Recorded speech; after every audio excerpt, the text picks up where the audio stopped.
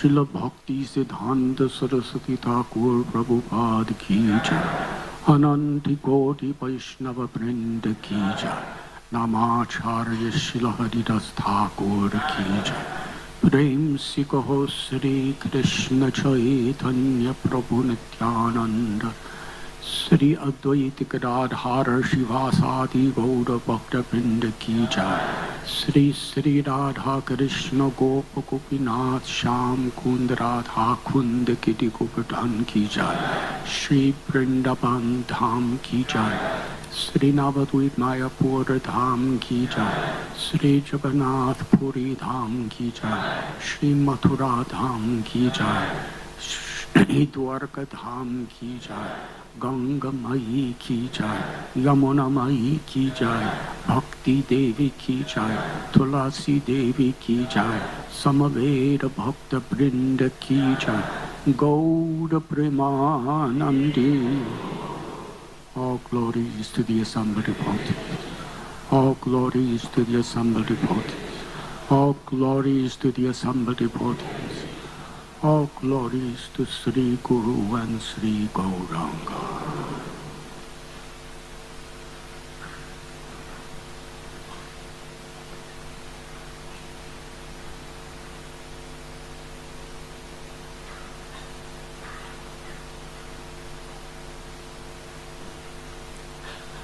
Om Namo Bhagavate Vasudevaya.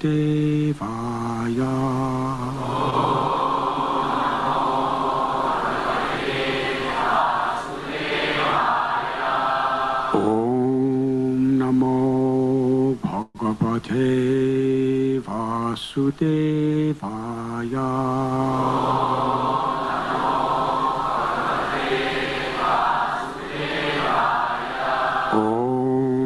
Namo Bhagavate Vasudevaya.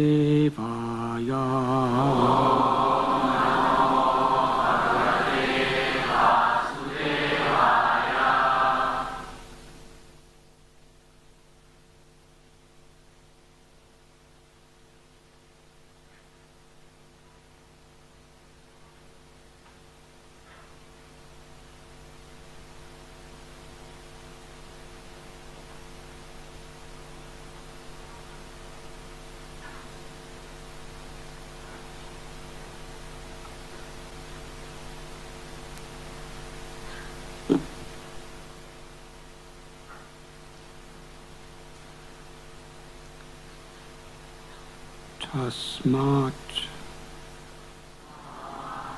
Sarvatma Rajan Hari Sarvatra Sarvada Srotavya Kirtitavyas Cha Smartavyo Bhagavan Nirnam Tasmat Sarvatmana Rajan Hari Sarvatra Sarvada Srotavya Kirtitavyascha Smartavyo Bhagavan Nirnam Tasmat Sarvatmana Rajan Hari Sarvatma Sarvada Srotavya Kirtitavyascha Smartavyo Bhagavan Nirnam Tasmat Sarvatmana Rajan Hari Sarvatma Sarvada Srotavya Kirtitavyascha Smartavyo Bhagavan Nirnam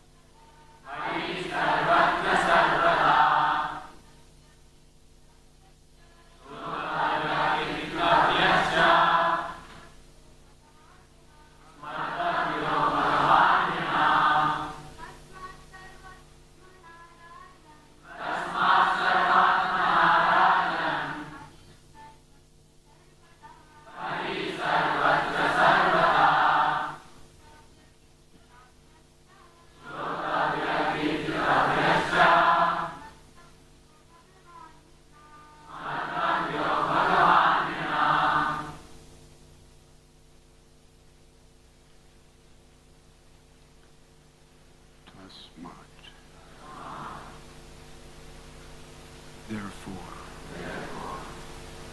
Sarva, all, Atmana, soul, Rajan, O King, Hari, the Lord, Sarvatra, everywhere, Sarvada, always, Srotavya, must be heard, Kirtitavya, glorified, Cha, also, Smartavya, be remembered, Bhagavan, the Supreme Personality of Godhead, Nirnam, by the human being. O King, it is therefore essential that every living being hereabout glorify and remember the Supreme Lord, the Personality of Godhead, always and everywhere. Purport by His Divine Grace, A.C. Bhaktivedanta Swami Prabhupada. Srila Shukadev Goswami begins this verse with the word tasmat, or therefore, because in the previous verse he has already explained that there is no auspicious means for salvation other than the sublime process of bhakti yoga. The bhakti yoga process is practiced by the devotees in different methods, like hearing, chanting, remembering, serving the lotus feet of the Lord, worshipping, praying, rendering service in love, becoming friendly, and offering all that one may possess. All 9 methods are bona fide methods, and either all of them, some of them, or even one of them can bring about the desired result for the sincere devotee. But out of all the 9 different methods, the first one, namely hearing, is the most important function in the process of bhakti yoga. Without hearing sufficiently and properly, no one can make any progress by any of the methods of practice. And for hearing only, all the Vedic literatures are there, compiled by authorized persons like Vyasadeva, who is the all-powerful incarnation of Godhead. And since it has been ascertained that the Lord is the supersoul of everything, He should therefore be heard and glorified everywhere and always. That is the special duty of the human being. When the human being gives up the process of hearing about the all-pervading personality of Godhead, he becomes victim to hearing rubbish transmitted by man-made machines. Machinery is not bad, because through the machine one could take advantage of hearing about the Lord. But because machinery is used for ulterior purposes, it is creating rapid degradation in the standard of human civilization. It is said here that it is incumbent upon the human being to hear, because the scriptures like Bhagavad Gita and Srimad Bhagavatam are made for that purpose.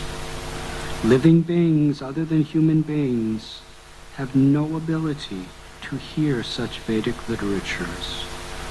If human society gives itself to the process of hearing the Vedic literature, it will not become a victim to the impious sounds vibrated by impious men who degrade the standards of the total society. Hearing is solidified by the process of chanting. One who has perfectly heard from the perfect source becomes convinced about the all-pervading personality of Godhead, and thus becomes enthusiastic in glorifying the Lord. All the great acharyas, like Ramanuja, Madhva, Chaitanya, Saraswati Thakur, or even in other countries, Muhammad, Christ, and others, have all extensively glorified the Lord by chanting always and in every place. Because the Lord is all-pervading, it is essential to glorify Him always and everywhere. In the process of glorifying the Lord, There should be no restriction of time and space. This is called Sanatan Dharma, or Bhagavat Dharma. Sanatan means eternal, always, everywhere. Bhagavat means pertaining to Bhagavan, the Lord. The Lord is the master of all time and all space, and therefore the Lord's holy name must be heard, glorified, and remembered everywhere in the world. That will bring about the desired peace and prosperity so eagerly awaited by the people of the world. The word cha includes all the remaining processes or methods of Bhakti Yoga as mentioned above.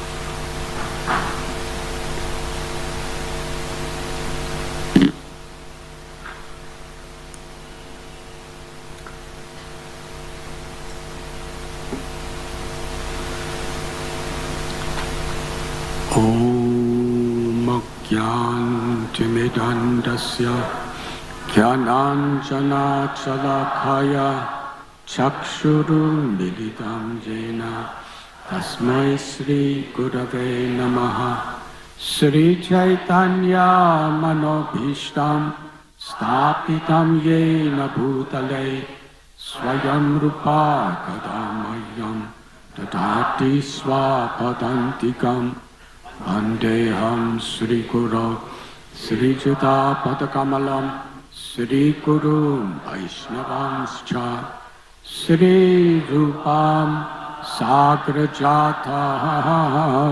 Sahakana Raghunathan Vidham Tam Sajivam Sadvaitam Savadutam Parijana Sahitam Krishna Chaitanya Devam Sri Radha Krishna Padahan Sahakana Lalita Sri Vishakan Vidhamscha He Krishna Karuna Sindhu Dina Bandhu Jagatpate Gopesha Gopika Kanta Radha Kanta Namostute Tapta Kanchana Gaurangi Radhe Vrindavaneshwari Vrishabhanu Sute Devi Pranamami Hari Priyai Vansha Kalpatarubhyascha Kripa Sindhubhya Evacha Patitanam Bhavanibhyo Vaishnavebhyo Namo Namaha Sri Krishna Chaitanya Prabhu Nityananda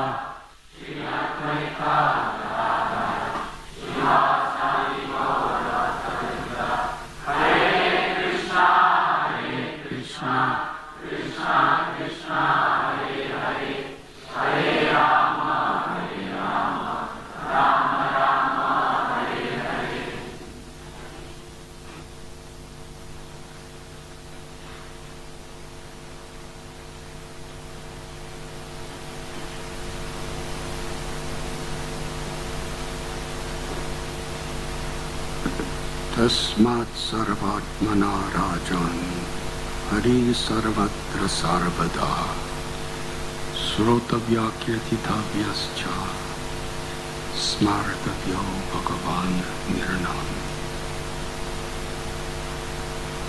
O King, it is therefore essential that every human being hear about, glorify, and remember the Supreme Lord, the Supreme Personality of Godhead, always and everywhere.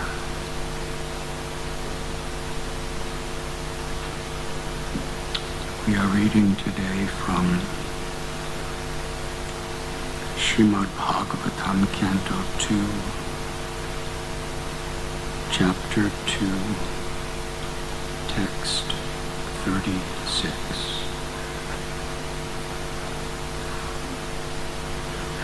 This chapter is entitled The Lord of the Heart. I am I'm very grateful to be with you. Hare Krishna. Thank you for coming.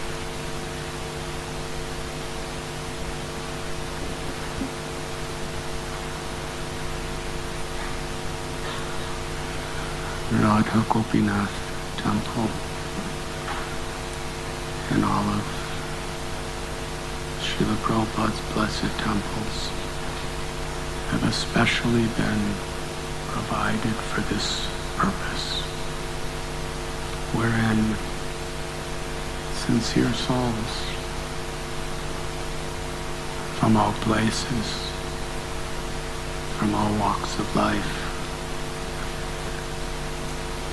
with all various designations, could come together to hear and chant the names, the qualities, and the glories of the Lord. To help one another be absorbed in this process of bhakti. And then to carry that blessing wherever we may go.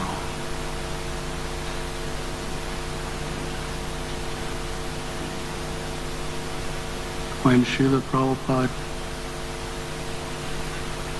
first came from India or Bharat,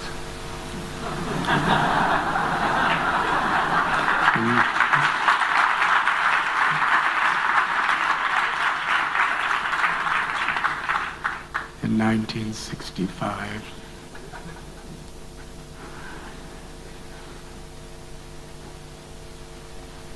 he boarded Jaladuta, the MV Jaladuta, at the King George Dockyard in Calcutta.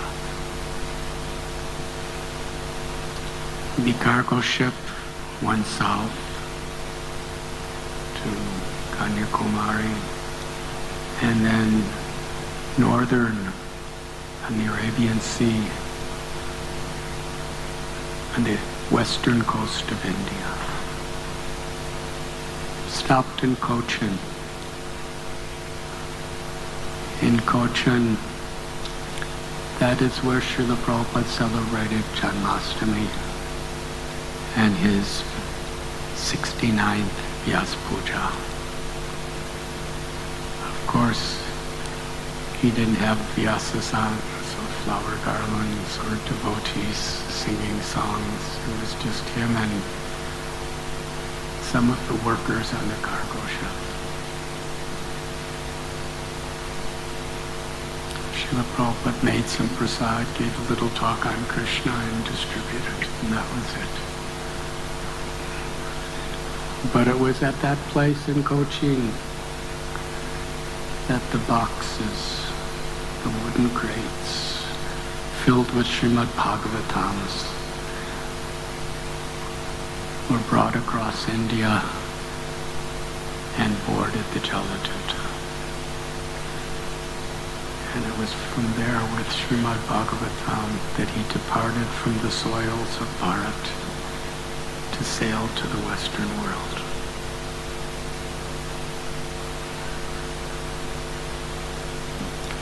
When he arrived in America, we know the story.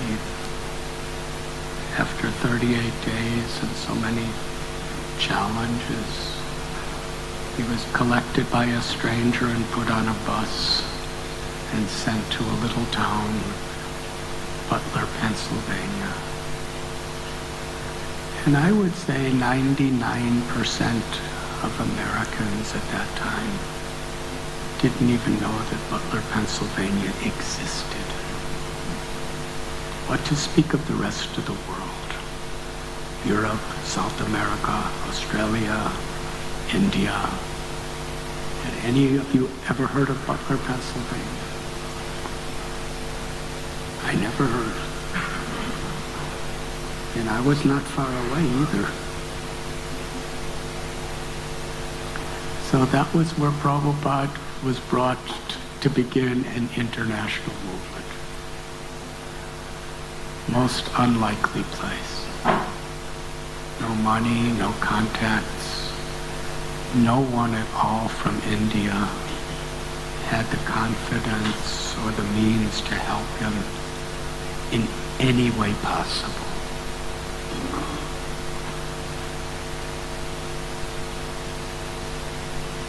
And this American lady, somewhat of a devout Christian, Sally Agarwal, she liked Prabhupada like her father because he just had such good character. She wasn't really what we would call a devotee, but she just thought his character was so special. He was so kind. He was so kind.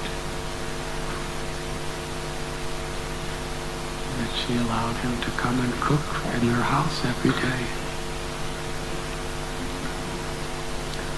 And then when he decided to go to New York, she was so worried. How will he survive? He seems to be so helpless. And when he was in New York, of course, he lived for almost a year with no apparent success. He was trying to get some places, and one after another they failed. Tried to get some followers, but then he was betrayed.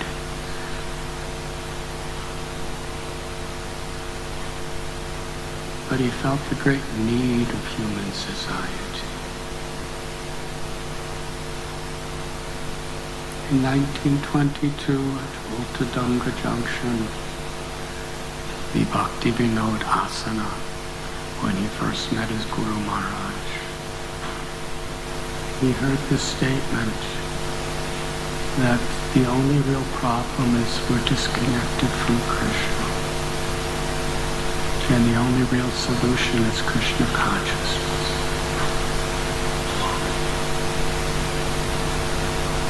And this may sound like a very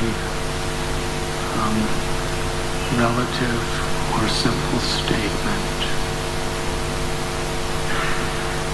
but it really is at the very heart of truth. Wherever there's wisdom of an understanding of what is reality, then this simple statement is the most essential truth. Everything's changing in this world. But the one thing that never changes is our existence. Na jayate mriyate vakadachyat. We are eternal, full of knowledge, full of happiness. We are the soul. And the soul's nature is we are heart of Krishna.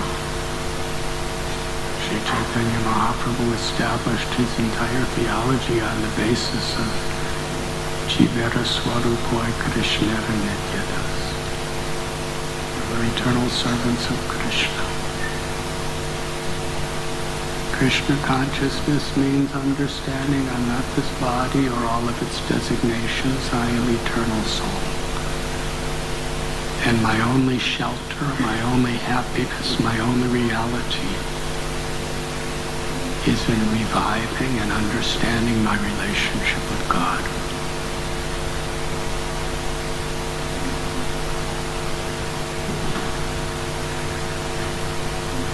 When Srila Prabhupada came off Jaladuta, he had faith in his success, although from a relative material perspective, there was really no hope that he could do anything. But he had faith in the order of his spiritual master to bring Krishna consciousness to the world. He had faith in the holy name of Krishna, and he had faith in the Srimad Bhagavatam, which he was carrying with him in many boxes.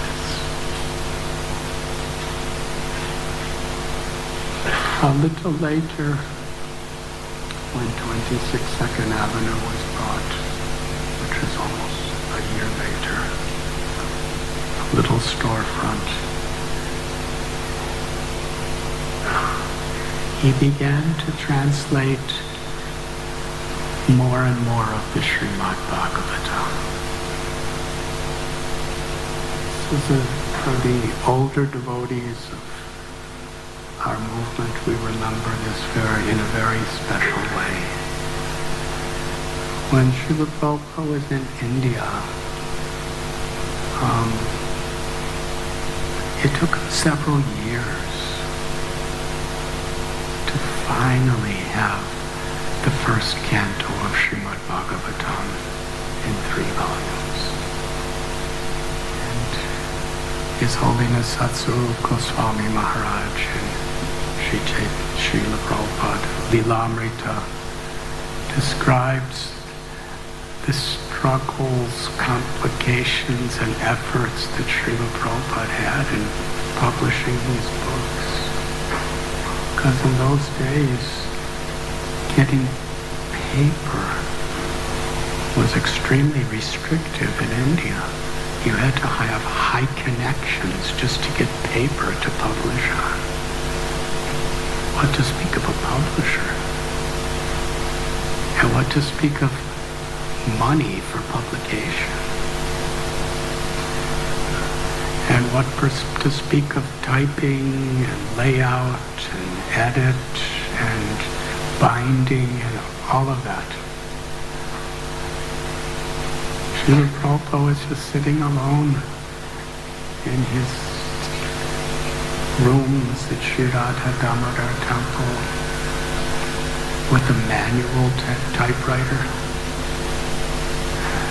I think that they're extinct at this time, manual typewriters. So there's no electrical current, no computers and word processors and all of these things. But then you had to be changing the ribbons, and if you made a mistake, you'd have to erase it with your hands and so many things.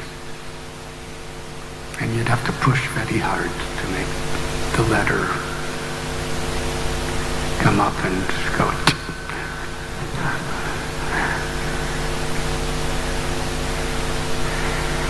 When he was in America, he had none of these facilities. He actually had such better facilities in India. In America, he didn't have any facilities. At the beginning. So his translations and purports of Srimad Bhagavatam, he would publish in a very simple paperback form, 1 chapter at a time. Have anyone seen these? The second calendar of Srimad Bhagavatam was 1 chapter at a time in very small little paper books. And one was The Lord in the Heart. And in the cover there was a painting of one of the devotees of the Paramatma sitting in the heart. So that is the chapter we are reading today. And when the means become more, then Srila Prabhupada published the entire second canto into the book form, all the chapters.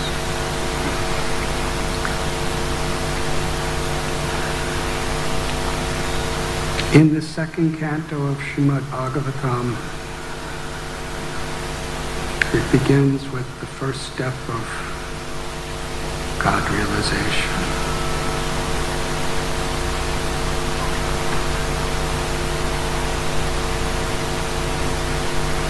And Sukadeva Goswami is answering the questions of Maharaj Parikshit.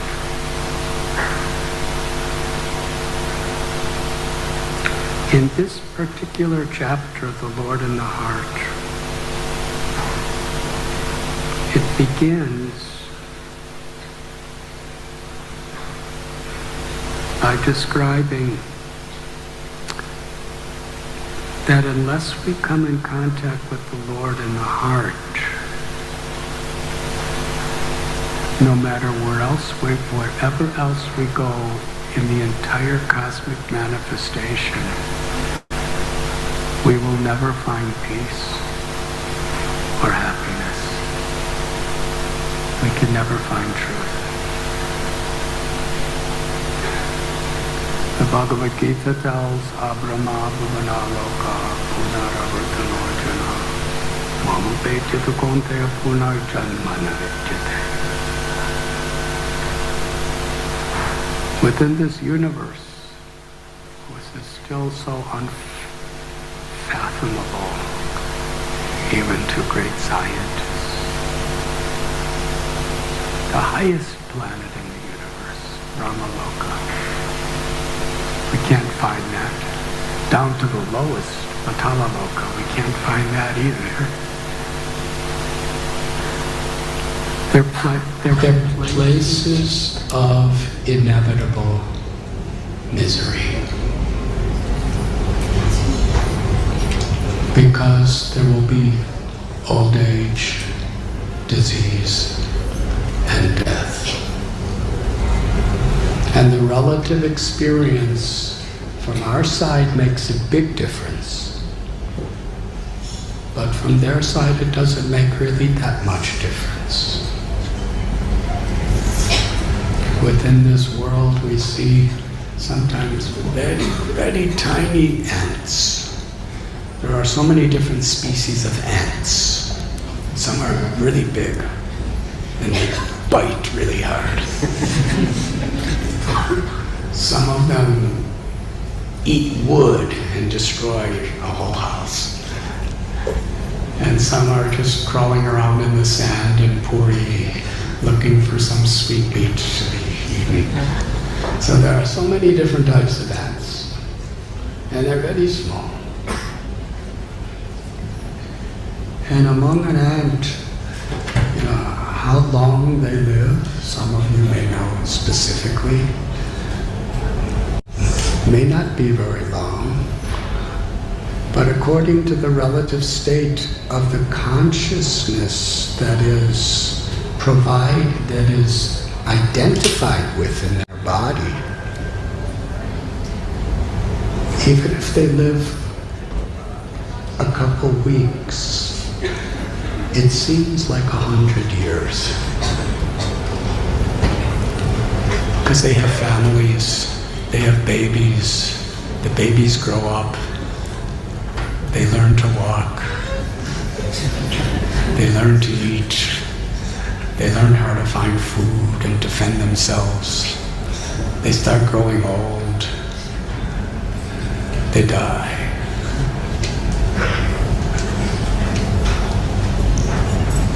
Brahma Samhita describes from the highest place of Brahma to the little ant. Still in this material existence, birth and death are happening. And why is Krishna saying this in Bhagavad Gita? One of the reasons is a significant part of the Vedic literatures, and for that matter, scriptures all over the world, is actually teaching us how to find better material happiness. Artha, Dhamma, Kama, Moksha. Even Lord Chaitanya tells Rupa Goswami that most people who even follow religious principles are doing it simply to improve the quantity and quality of their materialistic life.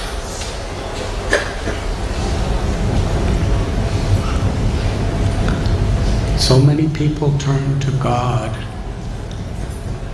to provide more prosperity and to solve material problems based on the mind and the body. And within the Vedic literature, because there is such a comprehensive understanding of the universe. Traditionally, those who follow the karma kanda, the path of turning to God or the demigods to improve one's material situation, they are usually doing it in such a way so that when they die, they will attain heavenly planets. Because there's so little you can do to improve things in this world. In one sense, it's really ignorant to think we can improve all that much in this world. But in heavenly worlds, you can really get improvements. You can live much longer. Everything is much more pure. The enjoyments are so much more intensified. This world, padam padam yad vipadam natesham. There's so much danger at every step. So many things to be in anxiety about. In the heavenly worlds, people are more in the mode of goodness. In this world, we have to deal with goodness, passion, and ignorance. And the modes of ignorance and passion are very prominent, especially in Kali Yuga. So the path of karma kanda is very much, if you want to really improve your physical life, emotional life, then there's other planets where you could do it very well.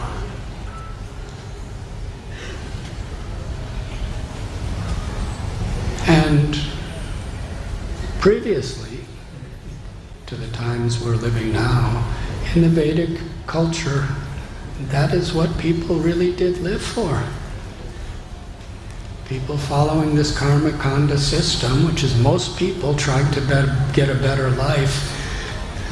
Let me get it as good as I can in this life, but in such a way with so much piety and so much yagyas and so much different spiritual practices, that in my next life I will live in a heavenly existence.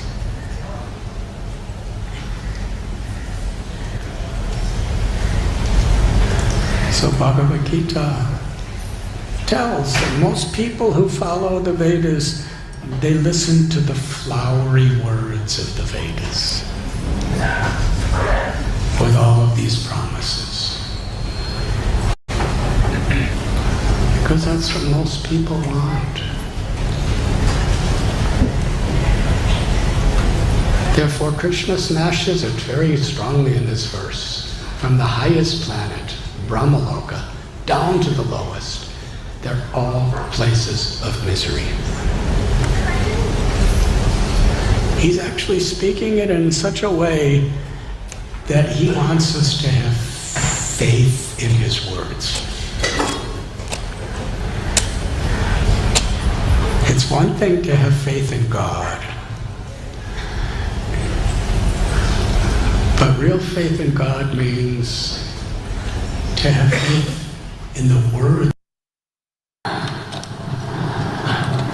And pertaining to this verse, it means having faith that whatever material situation you're trying to make, it's going to culminate in misery. Does that sound optimistic? It's actually very optimistic. Because unless we understand what we don't want, we won't really focus our attention on what we do want.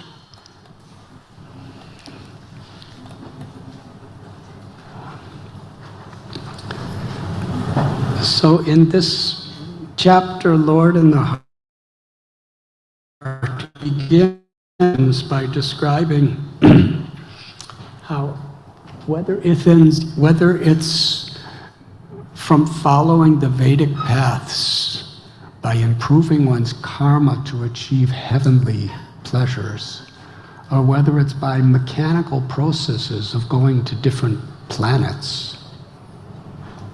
And that's becoming quite popular. Yes? People are flying rocket ships to other planets.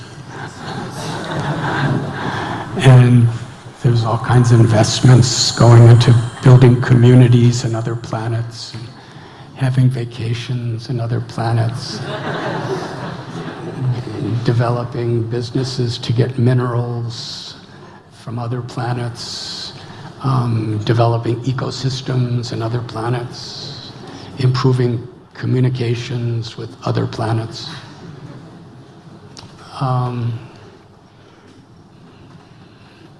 Yeah, it's becoming very popular. And it will become more and more popular as technology progresses. And Srila Prabhupada here explaining that in and of itself is not bad. But what we should know is what we're really looking for, where is it? That's the subject of this chapter. The Lord is in our heart. How important is this principle? How many times in Bhagavad Gita and Srimad Bhagavatam does Krishna talk about being within our heart? Suradam sarvabhutanam. I'm within the heart of every living being. Sarvasya chaham hridishani vishto. From within the heart, I'm giving knowledge, forgetfulness.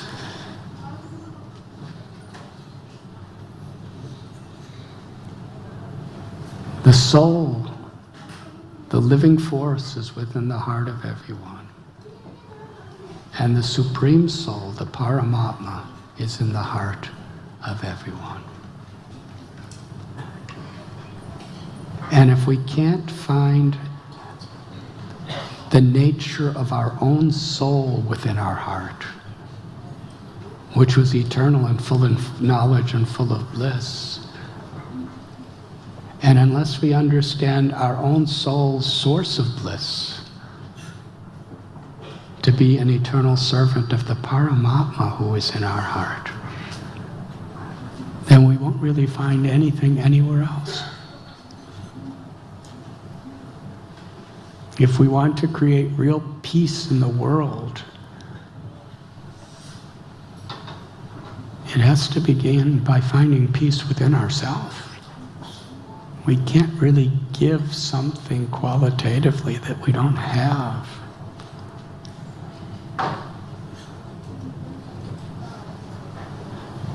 So yes, how many hundreds and billions of dollars are being spent in technologies to go somewhere else? And how much attention is trying to reconnect with the closest thing in our life? We are the eternal soul within the heart. And the Paramatma is the closest thing in all of existence to our true self.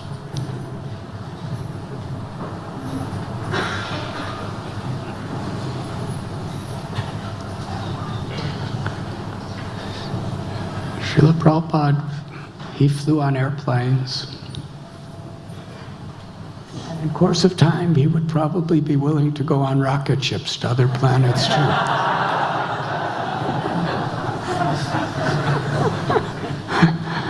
No problem with rocket ships. But to give that Paramatma, to give that Lord in the heart, to please that Lord in the heart, because that's Krishna consciousness. That's reality.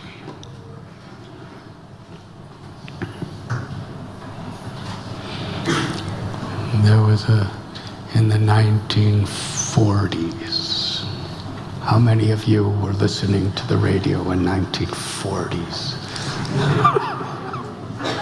There was, I wasn't either, but I heard about it. There was a famous song about trying to find happiness. You can go to the east, you can go to the west, you can go so many places. But when you finally come to conclusion, you'll see everything you're looking for is in your own backyard.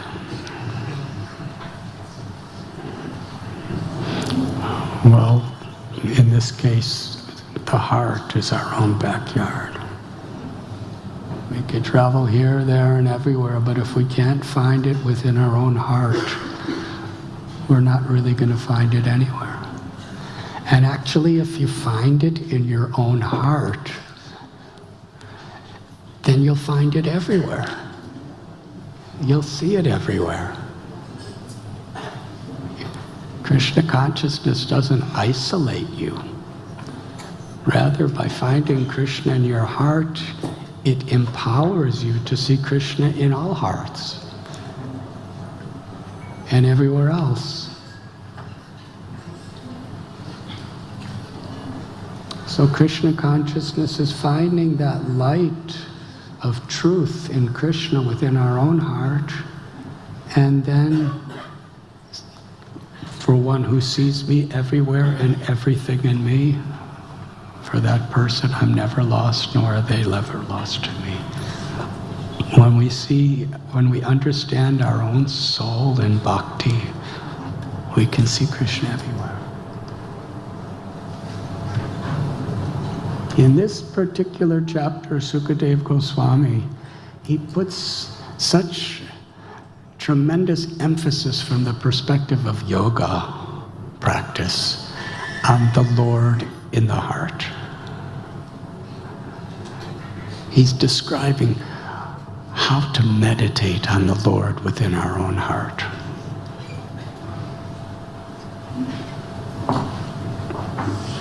You don't do this when you're shopping. This is a yoga practice where you're just sitting really putting total absorption on seeing Krishna on a lotus flower and seeing his hands and what he's holding and his jewelry and the nature of his lotus eyes. And just absorbing yourself totally on seeing God within your own heart.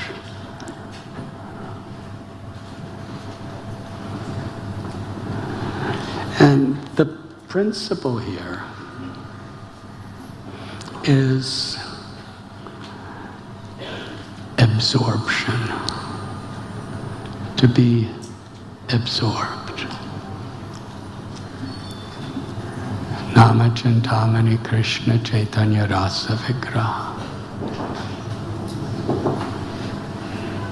That all the features, the form, the nature of Krishna, of God, have incarnated within the sound of the name. Meditation. Meditation in this sense means to be absorbed. Hearing. The transcendental sound vibration of Krishna's pastimes are Krishna's pastimes. Various ways of trying to explain this, but usually we hear it and hardly understand it because we're thinking of other things. We say the sound of hearing Krishna's teachings is non-different than Krishna's teachings. Non-different means they simply are his teachings. When we repeat Krishna, the sound vibration is Krishna. Srila Prabhupada's faith when he was on the Jalajuta, he wasn't praying, make me a great Acharya, Krishna. He said, Krishna,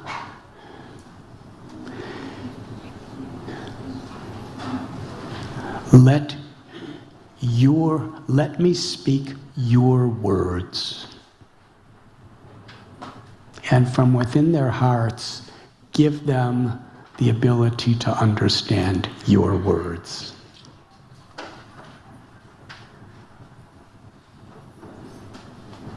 And when Prabhupada would read his own books, he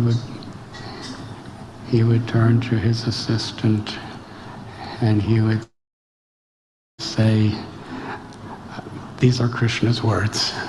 I'm just reading Krishna's words. So when we repeat Krishna, that is Krishna.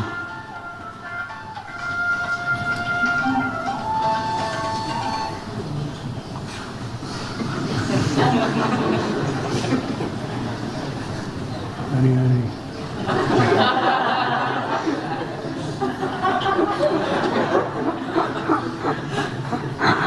Everyone's thinking, what does it say? That is distraction. Absorption. Putting our full attention on this sound vibration. And we find bhakti is so interconnected with the quality of our absorption.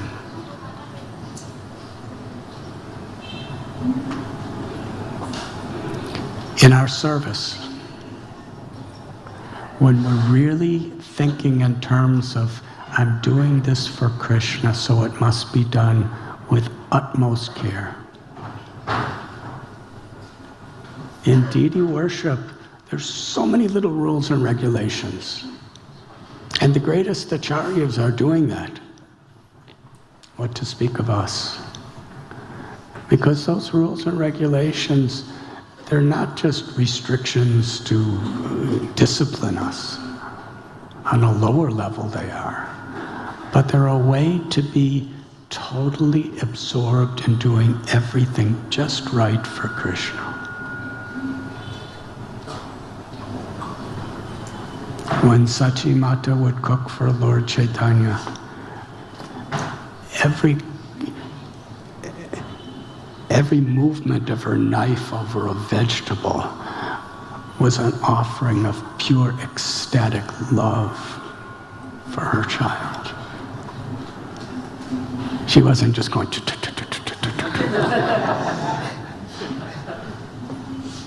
She was thinking of Lord Chaitanya's happiness with every cut. She was thinking of Lord Chaitanya's happiness with every spice, with whatever she did. She was absorbed in making it the best she possibly could for Krishna. In deity worship, it's an opportunity to be totally absorbed in offering a service to Krishna for Krishna's pleasure, and Krishna's pleasure is to be so beautiful that everybody in the world will come and be attracted. In cleaning, the Gundicha Marjanam is such an important service. Such an important service. Because cleaning is usually things we give to somebody else. That's a tendency. Especially cleaning a building. So Gundicha is a temple, it's an altar, it's courtyards, it's walls, it's so many floors, ceilings. When Lord Chaitanya said, I want to clean Gundicha temple, get brooms and buckets, the devotees, the first thing they said is, anybody could do that here. You shouldn't do this, my Lord. Lord Chaitanya said, I will do. And my closest associates.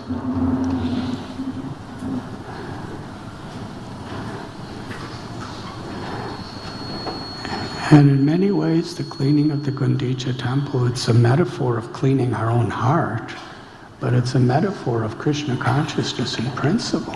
That whatever we do in Krishna consciousness should be done, if it's being done for Krishna, the absorption of putting our whole heart and soul of doing it as perfect as we can. That's actually how we make spiritual progress. Not just getting things done, but absorbing ourselves and doing it with the right intention.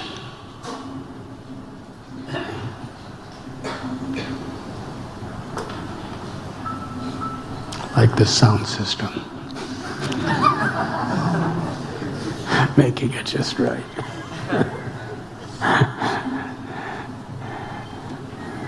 Like everything. Sitting for class. How much are we absorbed? In one sense, the words of Srimad Bhagavatam is like the water of the Gundicha temple. It's meant to clean our heart. Kirtan is like the broom sweeping the heart. But Lord Chaitanya Mahaprabhu, he didn't allow his devotees to just be cleaning the Gundicha temple. He wanted their hearts to be on fire with enthusiasm, absorption, and attention. That's the real cleaning. The real cleaning is not the sweeping. The real cleaning is the intensity of our awareness, our absorption in cleaning.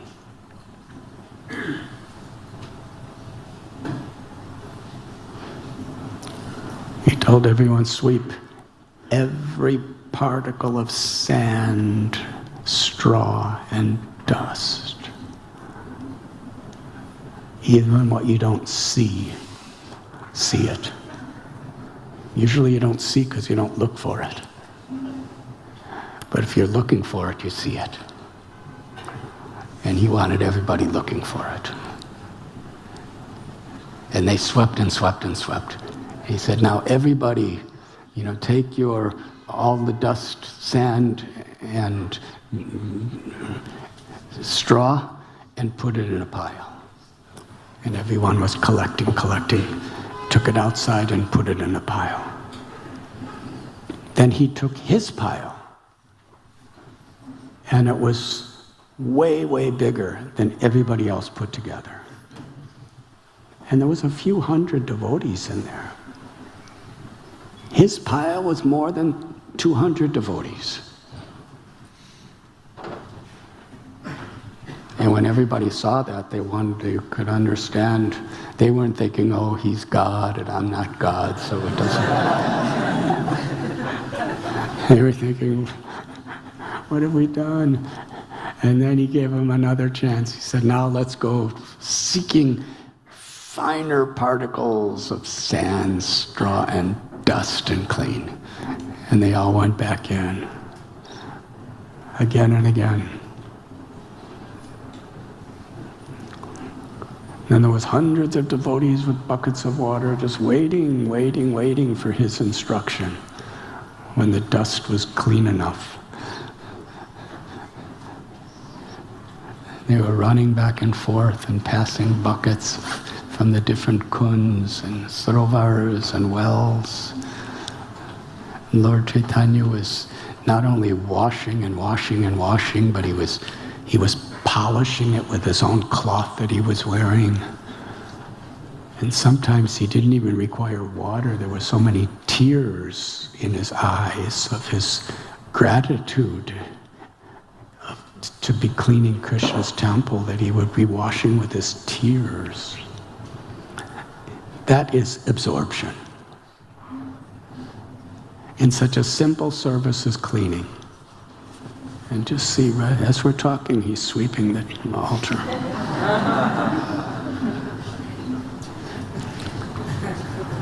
Hari Hari.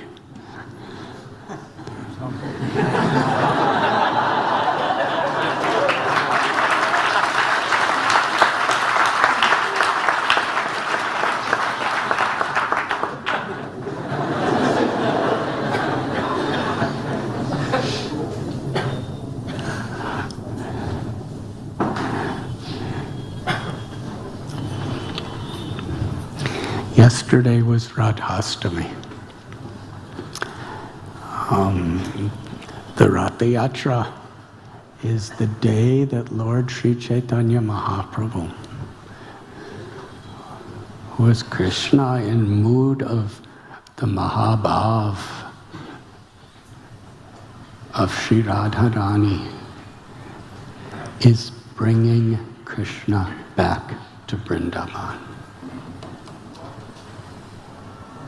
So Gundicha is very much connected with that beautiful Leela. We read about during the Rath Yatra parade, Swarup Damodar Goswami, who is Lalita Saki, Sri Radharani's very, very close friend. He's singing beautiful songs that are perfectly corresponding with Srimati Radharani's state of consciousness.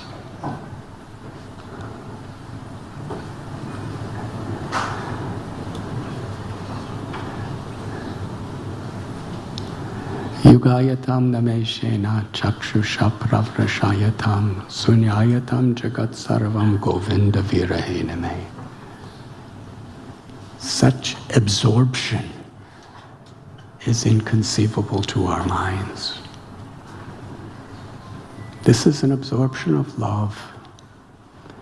And absorption of love means an absorption of a desire to serve and give pleasure to our beloved. In bhakti, absorption is not an absorption to possess or to have or to be. It's an absorption to give, an absorption to serve.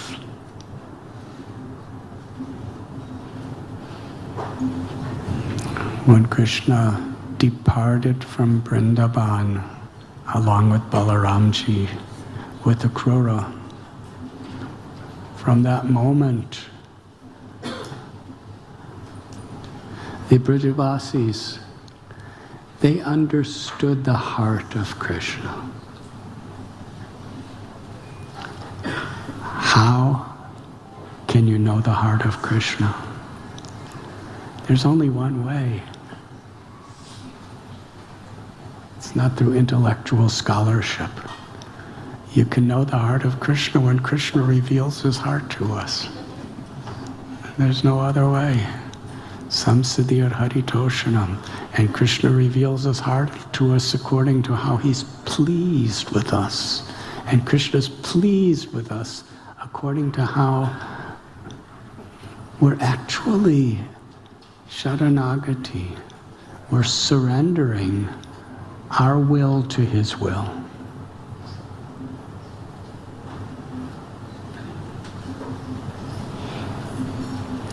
The residents of Vrindavan, their exclusive meditation, 24 hours a day. It was the ultimate highlight of meditation. There may be people in caves sitting with their eyes closed, meditating. There may be those crying out Krishna's names in meditation. But the goal is the total absorption of meditation, of playing with Krishna in Vrindavan. The cowherd boys, their play is total meditation because they're 100% absorbed in making Krishna happy and making everybody happy for Krishna's happiness. And the gopis, they're dancing for Krishna. They're cooking for Krishna. Everything was for Krishna. And the spontaneity of Vrindavan was most pleasing to Krishna. They were informal with Krishna. Their madhurya rasa, in the sense, Vrindavan is madhurya dham. Everything, whether you're Shantaras, Dasyaras, Sakyaras, Vatsalyaras, or Madhuryaras, everything is permeated with Sri Radharani's Madhurya. Everything is permeated. Therefore, it is Madhurya Dham. And the spontaneity of Vrindavan, they're absorbed in giving pleasure with Krishna. And therefore, they are the highest, transcendental, most realized souls in all of existence. But their nature is not a single Brijavasi thinks that they're spiritually advanced at all. Even Srimati Radharani, she's thinking, I'm not qualified. Srila Prabhupada would say, if you pray to Sri Radha, then Radharani will say to Krishna, please accept this devotee. He's better than me, or she's better than me. And Prabhupada says, she feels that way. That's why she's the supreme. In love, there's total humility. Sri Chaitanya Mahaprabhu is Sri Radha in her fullest revelation of ecstatic bhakti. And Lord Chaitanya is saying, I don't have a drop of love for Krishna. If I did, why am I living? And he means it. Now, does that mean he's feeling miserable? That's actually the highest ecstasy, because that's the crescendo of love. So the residents of Vrindavan, when Krishna went to Mathura and when he went to Dwarka, and he was living in palaces, and he had so many queens, and he was wearing magnificent, and when they came to see him in Kurukshetra, and he was wearing crowns, and there was elephants and armies, on one level, they're thinking, we are so unqualified compared to all these great queens of the highest dynasties.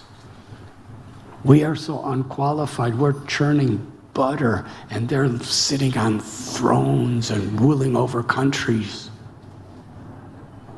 But actually, they may say like that, but that's not the way they're feeling. They're feeling, how sad. Krishna's not in Vrindavan. Krishna wants to be with the parrots. He doesn't want to be with all these kings. He wants to be with the peacocks and the cowherd boys.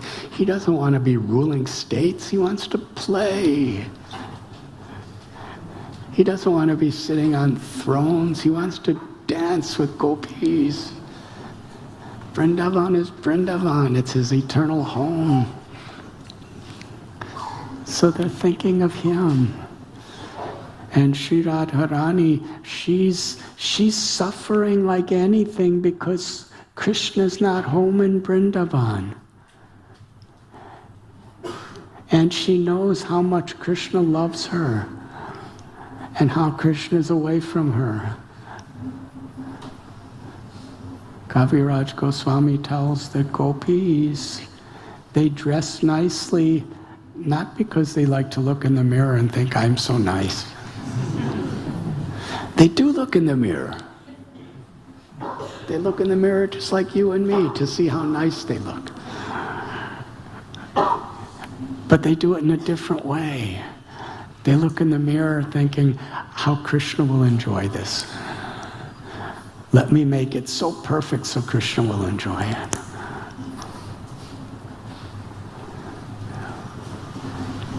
So this is Ratha Yatra.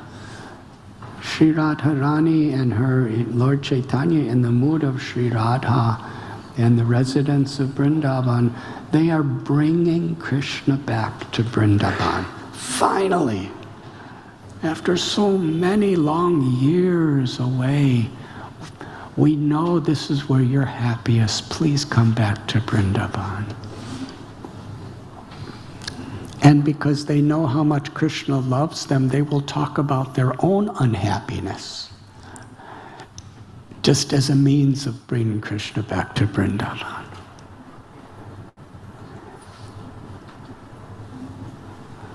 So Gundicha is Vrindavan.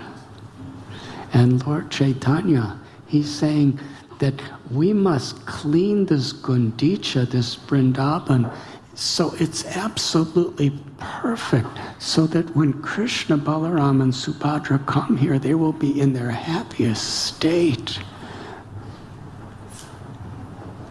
That was their mood.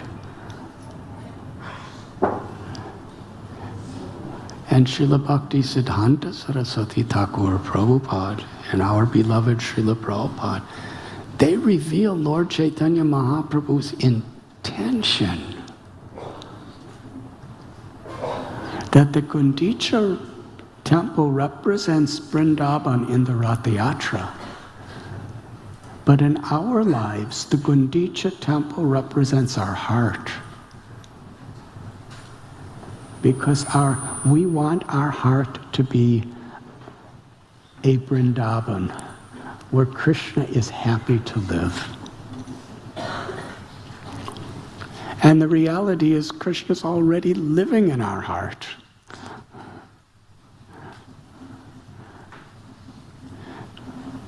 And this is the principle of bhakti.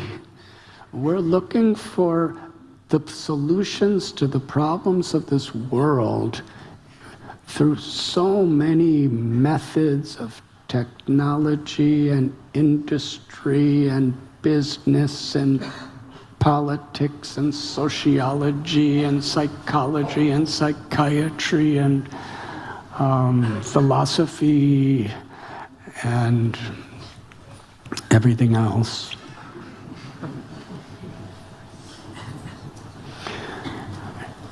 And why are we trying to solve all these problems of the world? So that people could be happy. Anandamayo vyashat. Actually, ultimately, everyone's just looking for happiness. And the problem with climate change is it's going to bring about unhappiness. If we don't have food, if it's too cold, if everything gets destroyed, if it's too hot, if there's floods, if there's disease, it means unhappiness. What to speak of wars create so much unhappiness. What to speak of communal conflict creates so much unhappiness. Poverty creates so much unhappiness. We're all looking for happiness. We're all looking for ways within our own life, our own family, and the world itself to improve the quality of happiness. So yes, we're inventing so many machines constantly. Every invention is improving every year. Yes, so many different technological aspects are being added as special features to whatever we have.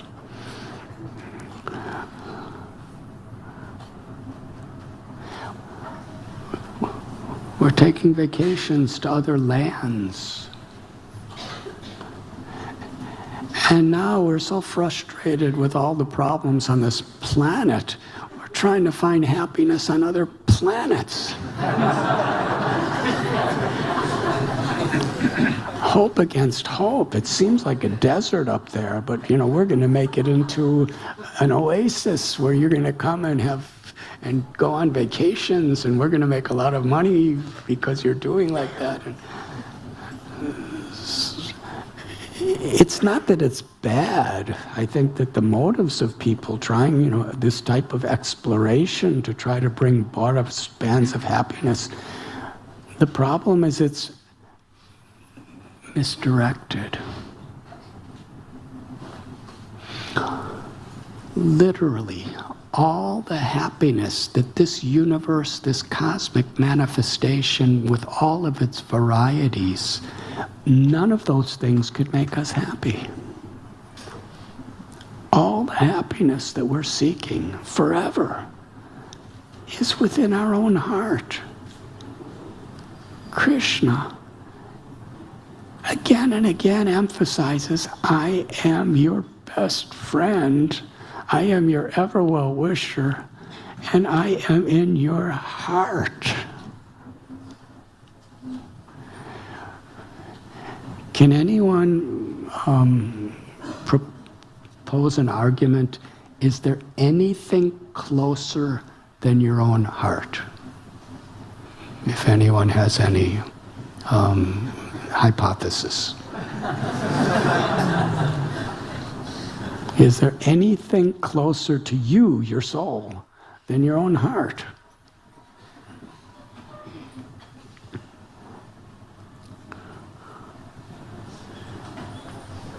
In fact,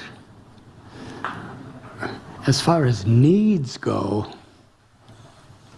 you don't necessarily need another place, but you need your heart. Could any of you live physically without your heart? Please raise your hand. So the heart is the very center. And, you know, when we talk about losing love, we say, my heart is broken.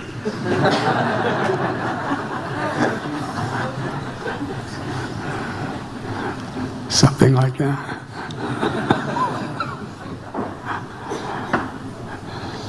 We talk about broken hearts. And how many songs are about broken hearts? It's probably the most sung about subject in our modern history is broken hearts. Because the heart is so close. And why the heart?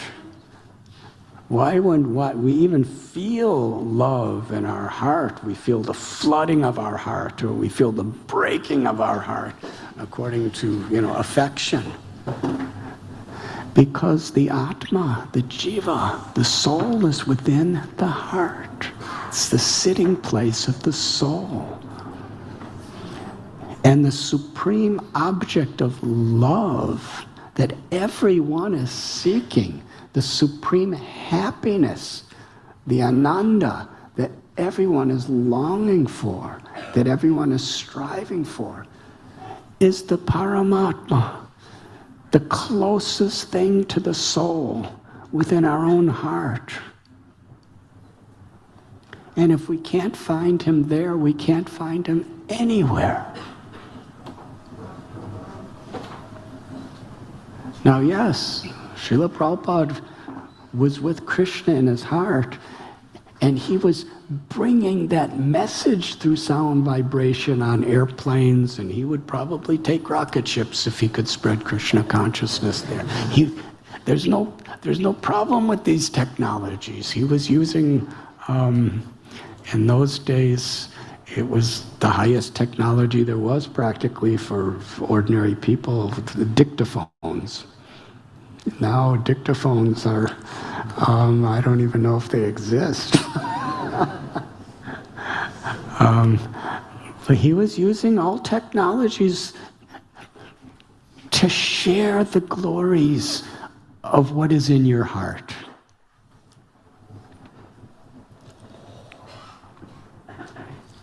And in this chapter, the Lord of the Heart, it is describing how the Lord is in your heart.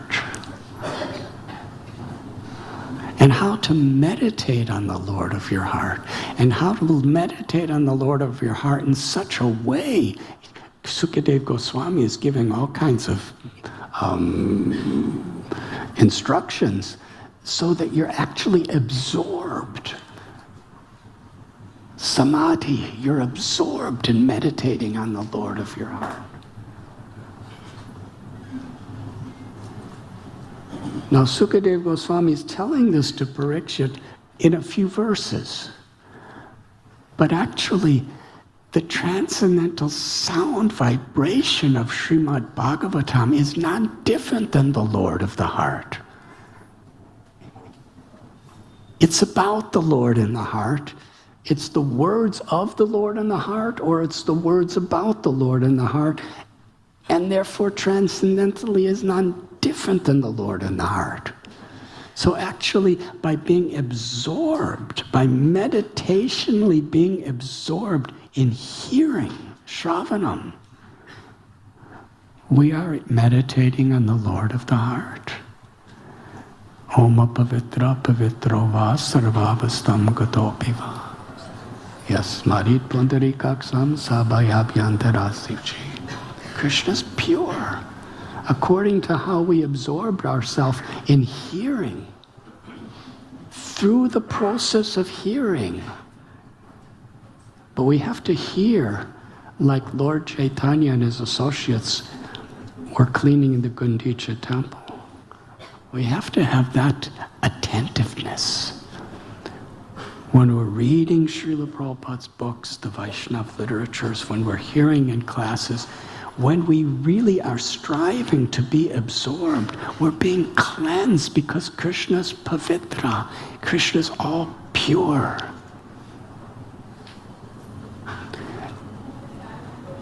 And Krishna's not different than his names. Nam Namakari Bahuda Nija Sarva Shaktis. Krishna tells that all of your power, all of your sweetness, all of your beauty, all of your glory, your form, your nature, your abode, everything is within your name.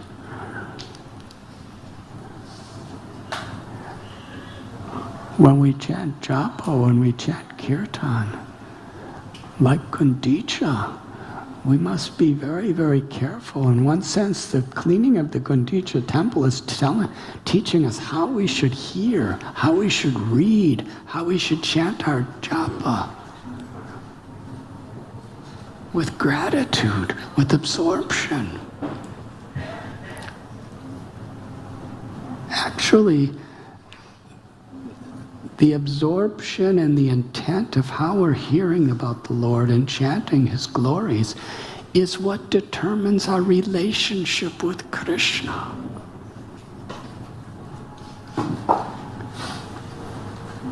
It's not superficial. What is our relationship with Krishna? Eternally, we have a relationship with Krishna. But how are we cultivating our relationship with Krishna? It's determined by the sincerity. And sincerity cannot be separated from the intensity of our absorption. If we're sincerely cleaning the floor, it doesn't mean we're going, I really want to go to Mahabaleshwar and...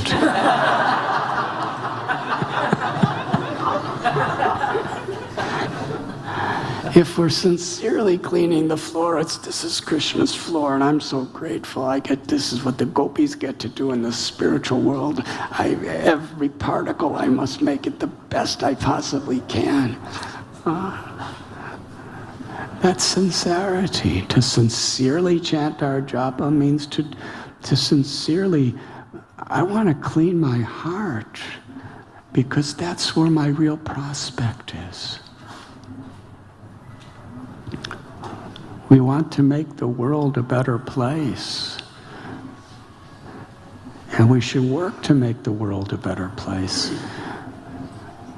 But intrinsically, inseparably to making the world a better place, we need to make our heart a better place. Because to make a world a better place means to fill it with love. With Krishna's love. To the degree we're instruments of Krishna's love, we can do actually great things.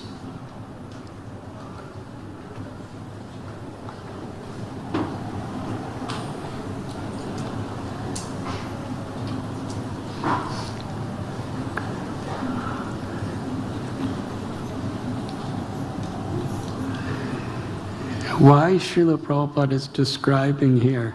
Because when Lord Chaitanya asked Sarvabhauma Bhattacharya asked Lord Chaitanya, of the 9 processes of devotional service, which is most important?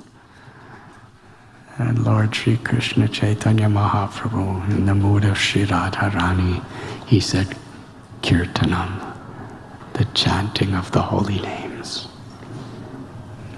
And Lord Sri Chaitanya Mahaprabhu is Param Vijayate Sri Krishna Sankirtanam. The prime benediction for all humanity is this kirtan. Harinama Harinama Harinameva Kevalam Kalo Nasteva Nasteva Nasteva Gatiranyat. There's no other way, there's no other way, there's no other way than this chanting of the holy names in this age of Kali to reach this love for Krishna that's within.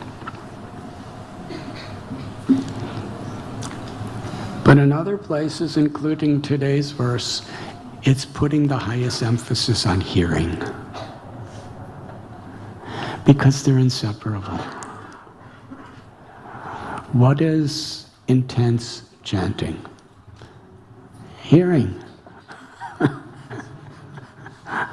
When you are chanting the holy names, you're absorbed in hearing what you're chanting. And you won't know what to chant unless you hear.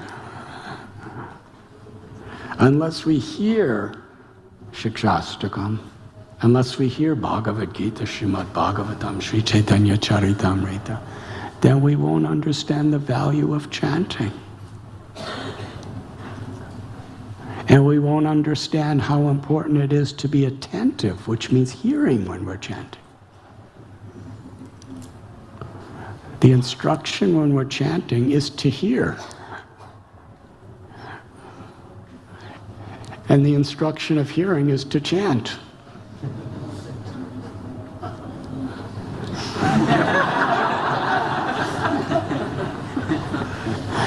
So this hearing and chanting are very much inseparable. Chanting is most important, but what brings the quality of chanting is our hearing, and it is through hearing that we learn how to chant and what to chant.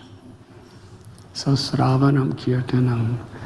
And it is described here that Srila Prabhupada explains any one of the 9 processes, or any combination of the 9 processes, can bring about the highest perfection.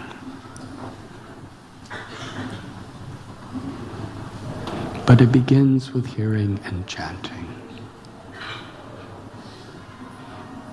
Sri Chaitanya Mahaprabhu, in the mood of Sri Radharani.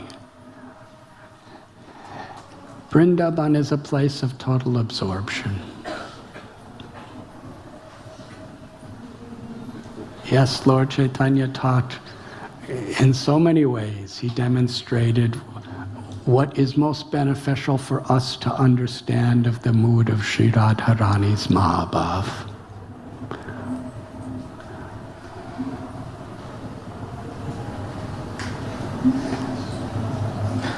They sound quite absorbed, actually.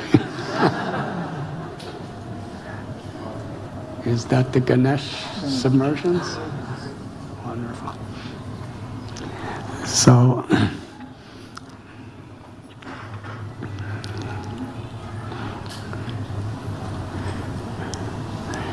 in Ramakeli, Lord Chaitanya there were hundreds and thousands of devotees that followed him to Ramakeli. Everywhere he went, from every village, they were coming, bigger, bigger, bigger. They just wanted to be part of Lord Chaitanya's Sankirtan. And the Nawab Hussain Shah was living there. He was there. And he made a law that people would be punished, plundered, or even killed if they publicly followed another religious act. And Sankirtan was definitely that. And Lord Chaitanya is just right in the middle of the town, singing with hundreds and thousands of people. And Rupa and Sanatan, they sent a message to him, please stop. Now the king is favorable, but he may change. He's not a controlled person. And the messenger stood there for 1 full day. And Lord Chaitanya was so absorbed in chanting, not even for a single moment was he inattentive to the holy names, where he didn't even acknowledge the existence of anything but kirtan. Several days passed like that. And the messengers left. They had to go to sleep. They told the devotees, everybody's in danger. Somebody has to, So the devotees waited for days. And finally, Lord Chaitanya realized himself. And he said, what are you afraid of? I am the Lord. I can do anything. If I do not tell the king to come to see me, he cannot come to see me. But that was his absorption in kirtan.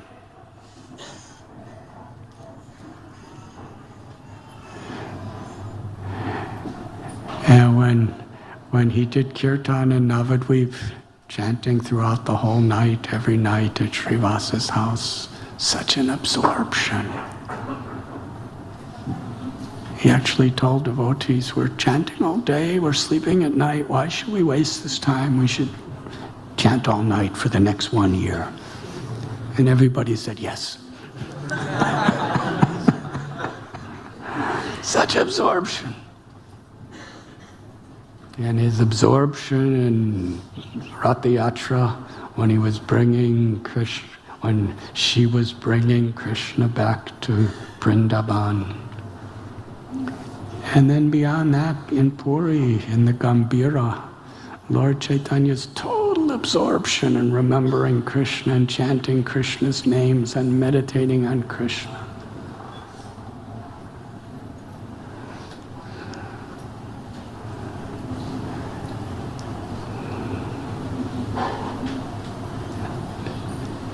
This is how Srimati Radharani came as Lord Chaitanya Mahaprabhu to actually share the highest, most intimate ecstasies of reciprocal love in a way that's exemplary for you and me to follow. That is Lord Chaitanya. That is what Srila Prabhupada has come to share with us. Let us take responsibility. Let us not be distracted by all this other stuff.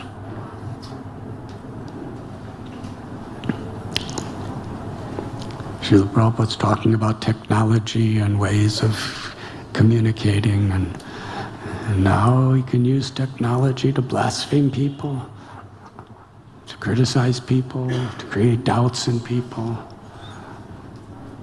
Why? Because there's something missing in our own hearts. We have to find that. We have to find that treasure in our own heart. And then we actually can give real value to the things of this world.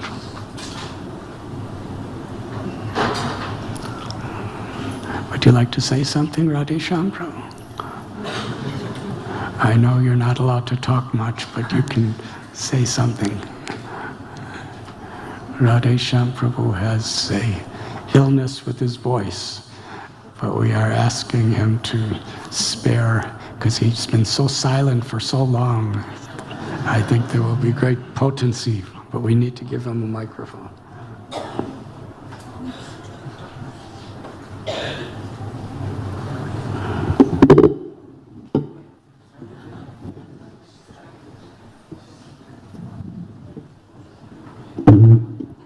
Could anyone hear today? Everyone could hear. Did you do something different?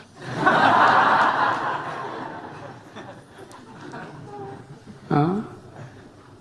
What?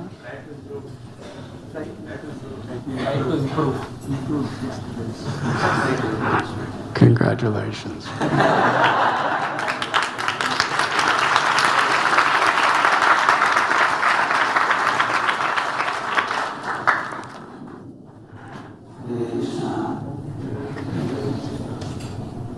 you, Maharaj. Three things are very striking for me today from you. You are echoing. Is it one? Yes. Hare Krishna, Hare Krishna, Krishna Krishna, Hare Rama, Hare Rama, Rama Rama, Hare Krishna.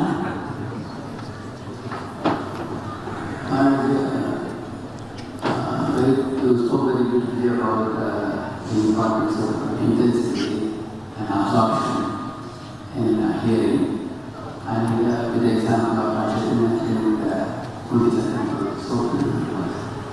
Another very important thing I noticed was talking about Shuddha and bringing Krishna back to Vrindavan. He said these two are connected. So that was one thing we learned more, how everybody in Vrindavan is fully absorbed in the services. One moments of Krishna, no yogi, gnani, anyone can enhance that absorption. So we connected them so well. And the third very striking thing was about modern times, leading us to other lands and find out the better planet than Earth, which they messed up. They messed up the Earth, now they want to mess up our planet. Because you said about Aapna Bhavana, wherever they go, as long as missing consciousness is there, they use that. It should be substituted by absorption in Krishna, which Prabhupada had.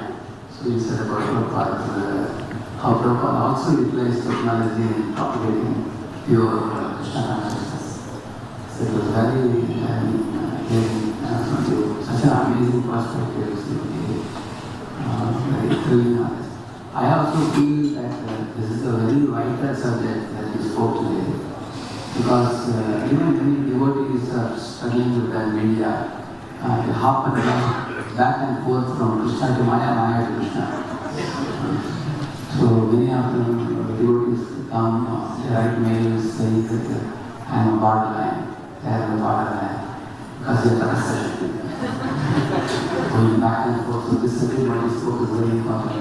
It would be nice if you can throw some light on one question, Maharaj. Everybody speaks that it is important to read Prabhupada reports and dive deeper and all that. But when it comes to real life, many devotees feel that unless you know what is happening in the world around, unless you keep abreast of the world around and give examples and stories in the contemporary culture what we have, we will not have any stand. So oftentimes they lose their absorption in Bhaktivedanta quotes and they tend to jump out of it very easily. So what is your suggestion? I will be right back. Someone could do kirtan till I come back.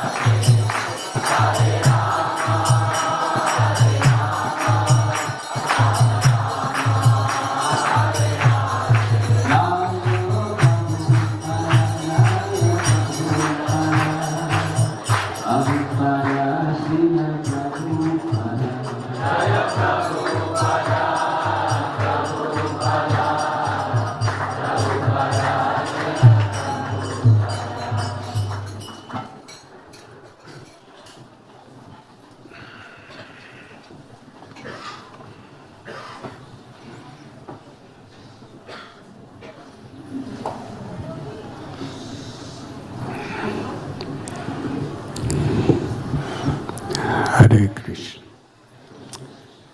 Yes, Radhe Shyam Prabhu, anything else?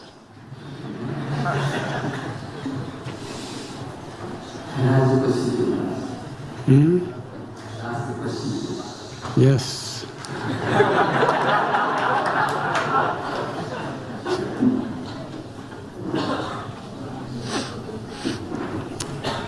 In essence, the question?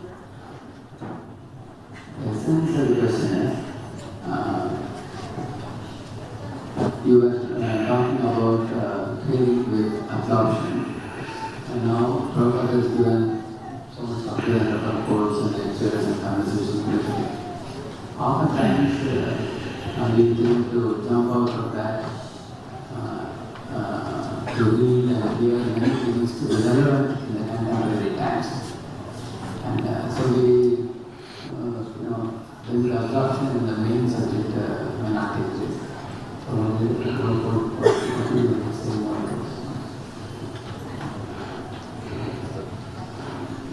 I can try.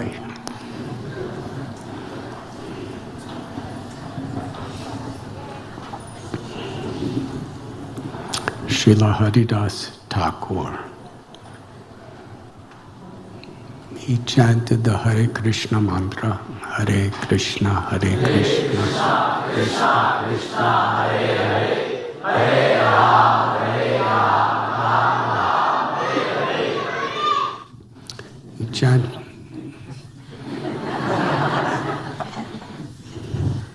He chanted Krishna's names 300,000 times between sunrise and sunrise every day,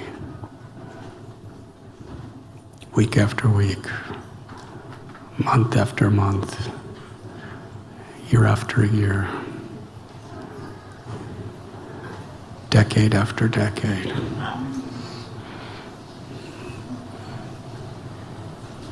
Even when he was very old in Sri Jagannath Puri at Siddhabakula, he was still chanting his 300,000 names every day. Now, does anyone have any doubt that Haridas Thakur had long ago memorized those names of Krishna? What do you say?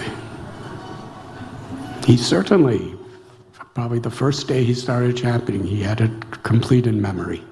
He knew how to say, with all authority.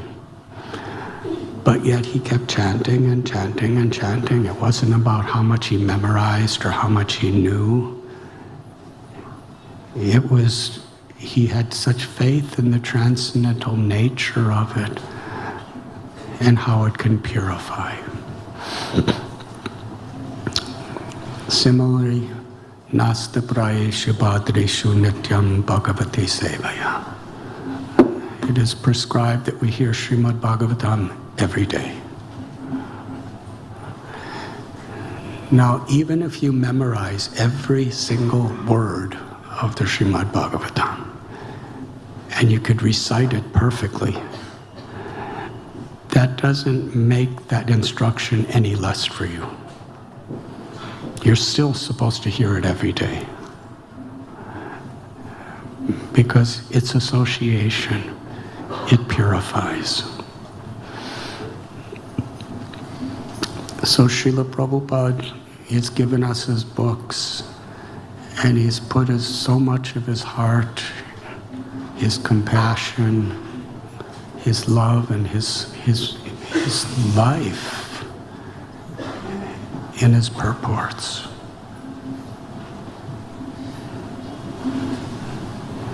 And he's asked us to read them every day.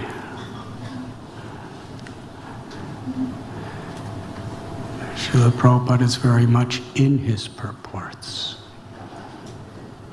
So even if we know them, even if we memorize them, still we become purified. We reciprocate with his love by reading them, by hearing them. And in Srila Prabhupada's purports, he gives us a perspective for all various aspects of life.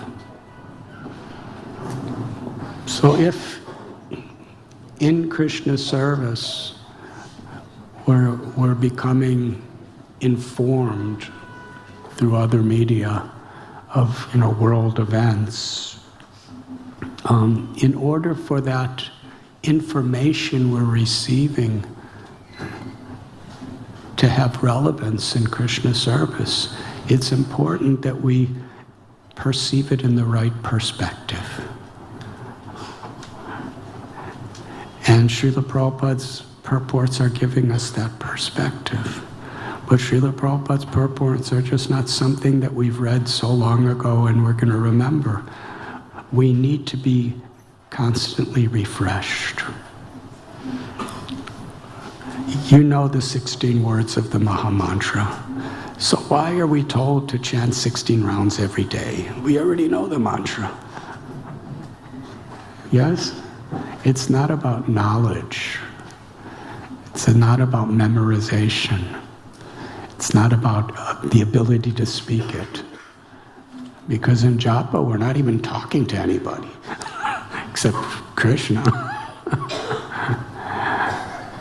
We're chanting japa because we need to have that association with Krishna. Nastapraya Shibhadreshu. We're reading these purports because we need this association with our beloved Guru. And that happens every day, and it is through that mercy, through that grace, of that eagerness to associate through hearing and serving, that we're given the proper Krishna conscious perspective. And when we are very much infused in this way through regular association, then if the need is there to be informed about so many other things, then we'll actually have the empowerment to have a real Krishna conscious perspective and to actually engage that information in Krishna service. Does that answer your question? Be honest, please. Give microphone back to...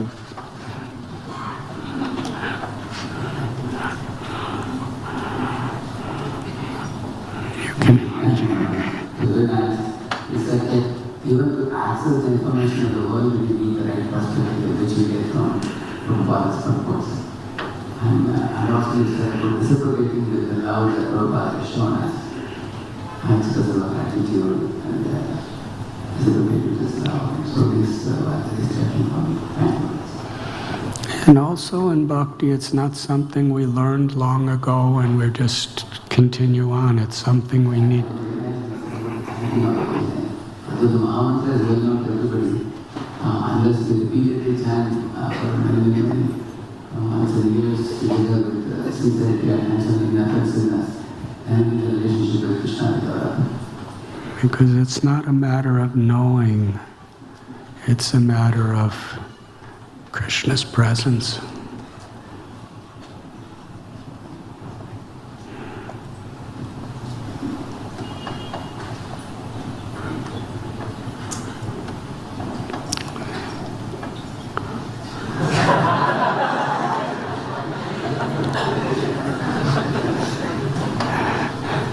Ananda Vrindavan Prabhu. He has been practicing raising his hands just like we chant japa every day.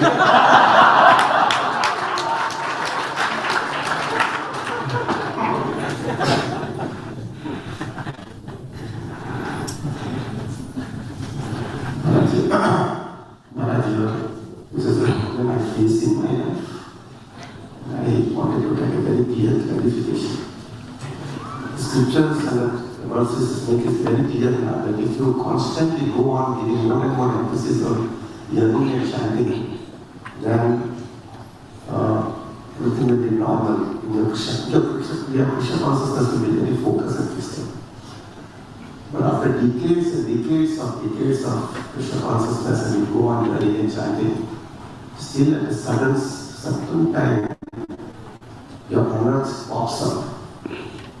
It really pops up. And you think, what happened? It was going so smoothly, but how it has come up?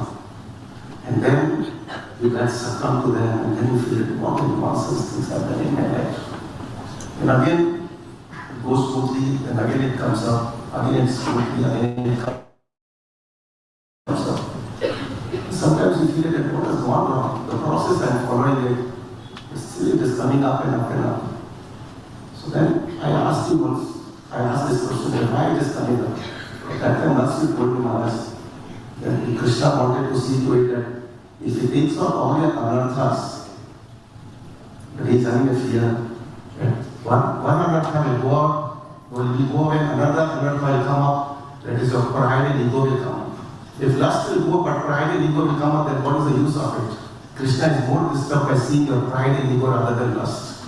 So we have that fear in mind. No, Krishna is not taking out my anarthas just because he wanted to see to it that my pride and ego is not it's subdued. Otherwise my pride and ego will come up. So now Maharaj, I wanted to get a very clarity from this. Is it any time we come in such in our life where our anarthas can also be subdued, at the same time our pride and ego is also being wiped out?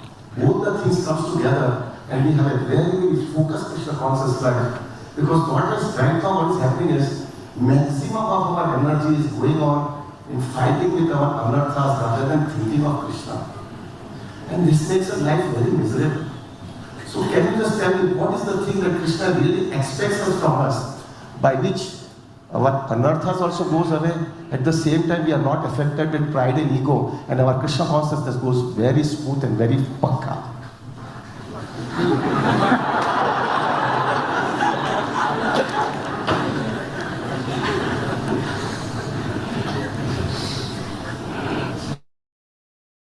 Yes.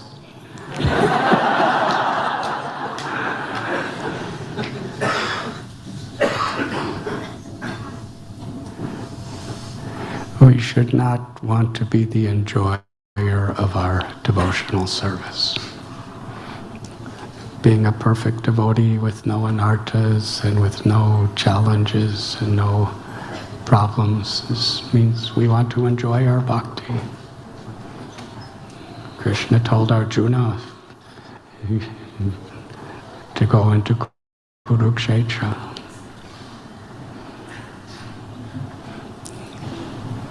Krishna left the residence of Vrindavan and went to Mathura and Dwarka.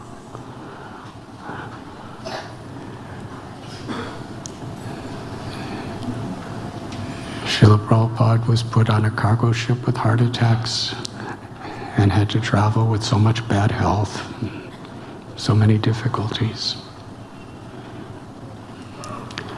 What is Krishna telling? To aspire just to be a pure devotee and be happy and have no anarthas and everything like that is a very low level of Krishna consciousness. But Krishna, I'm yours, trying my very best, honestly trying my best to serve you and to be truthful to you. That means we're really putting Krishna in the center. Nadanam najanam nasundarim kavitam vajagadisha kamaye mama janmani janmanishwari bhavatad bhaktirohit kitvai. Lord Chaitanya prays, and he's teaching us this is how we should cultivate our chanting and our hearing.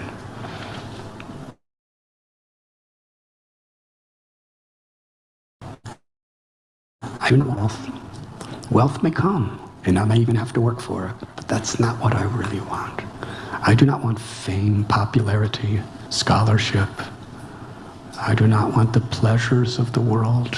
We all naturally want to be comfortable, but that's not really what I want. I may have to deal with those things, but it's not really what I want.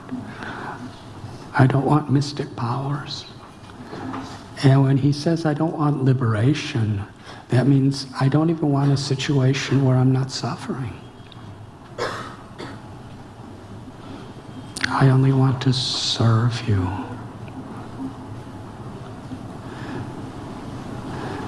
So we take these anarthas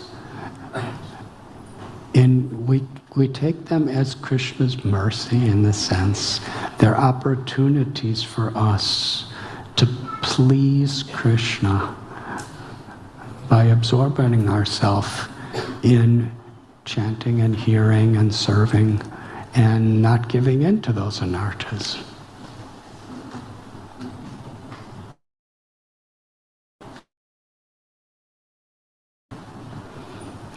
We may think, when will that day be when I'm completely pure and there's no anarthas and all of that stuff? But that's for Krishna to decide. Right now, and forevermore than I know, I'm just here to give my heart to Krishna under whatever circumstance my destiny may be.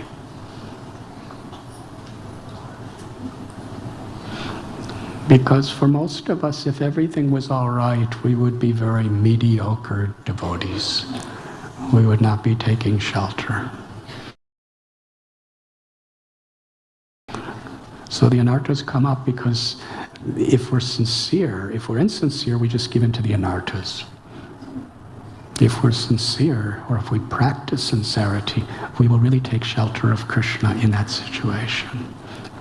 We'll understand, I am still so far away in Krishna, I need you.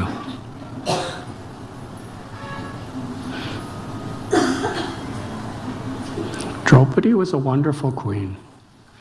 If Dushasana was not pulling her sari off, would her true glory forever have been manifest?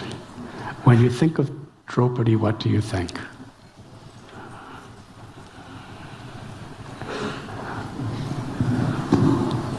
Yes, Maharaj. When you think of Chowpatty, do you think of her eating nice sweet rice in the palace of Hastinapur? Yes, Maharaj. I fully agree that Draupadi was in a very bad shape, and that's why she was able to remember Krishna. Yeah, so Dushasana was an anartha. And in that anartha, she was taking shelter of Krishna.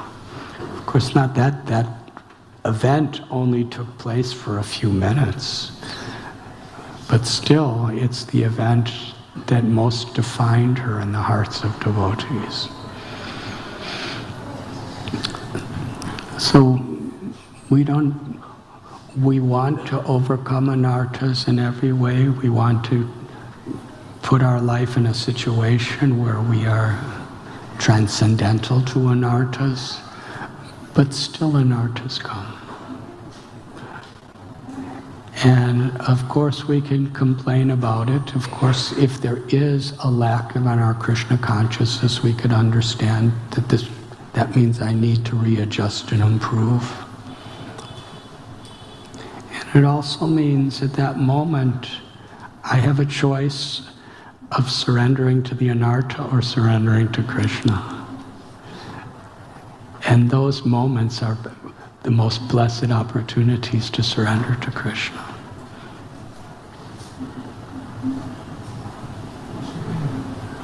Maharaj, what should we do in a situation that happens is, when you are weak from all the angles, physically you are weak, spiritually to some extent your consciousness is not so strong enough, and that is the time Maya attacks you. Physically you are weak, somewhat very tired, exhausted. Spiritually also you're not so much, your consciousness is not so strong enough, and you don't have so much strong association at that particular time. And that is the time Maya attacks. And that is the time anarthas pop up. You become extremely difficult to counteract that anartha.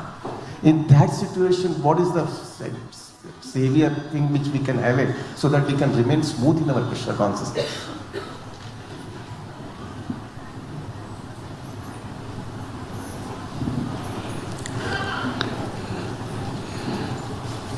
Prevention has more power than cure. So when those moments come, yes, it's a struggle.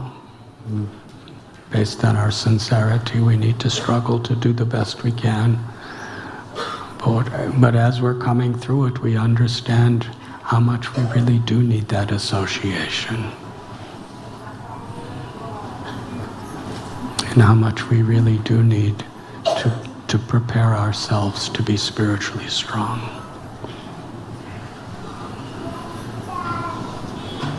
Physical weakness, mental weakness, we are very vulnerable. But those things will come, what to speak of the time of death. So it's important that when we have the opportunities, we take that full opportunity to be spiritually strong. And in one sense, that is why our beloved acharyas have given us these regulative principles that we read every day, that we chant every day, that we associate with devotees as much as we can every day, to protect us. We need that. As soon as we think we don't need it anymore, then we become very vulnerable to Maya. Yesterday we were speaking about Srila Ramananda Rai. And Ramananda Rai is Vishaka Saki. She's on our altar, Sri Radha Gopinath Temple. Vishaka was born on the same day at the same time as Srimati Radharani. Yesterday we were talking about Ramananda Rai. It was actually Vishaka's birthday yesterday also.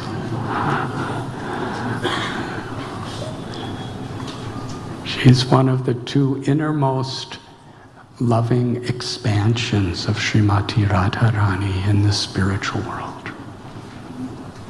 And Lord Sri Chaitanya Mahaprabhu, who was Radha Bhavaduti Suvalitam Krishna Swarupam, he's Krishna with the inner mood of ecstatic love of Sri Radha. And Sri Radharani is inquiring from Ramananda Rai about the truths of bhakti. So, how exalted is Ramananda Rai? The most intimate truths of Vrindavan in the entire Sri Chaitanya Charitamrita, Lord Chaitanya is having Ramananda Rai speaking. His exalted position. And in these chapters, Ramananda Rai is asked,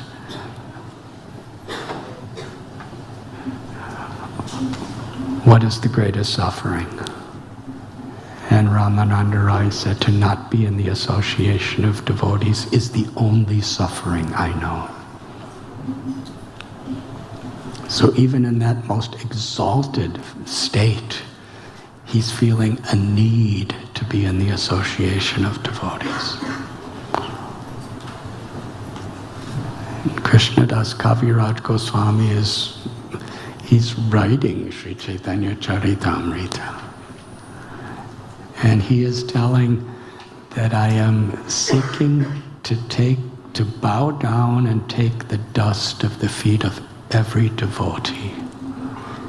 Even those devotees who are brand new, the neophyte devotees, I want to take the dust from their feet simply because they have the inclination toward Krishna.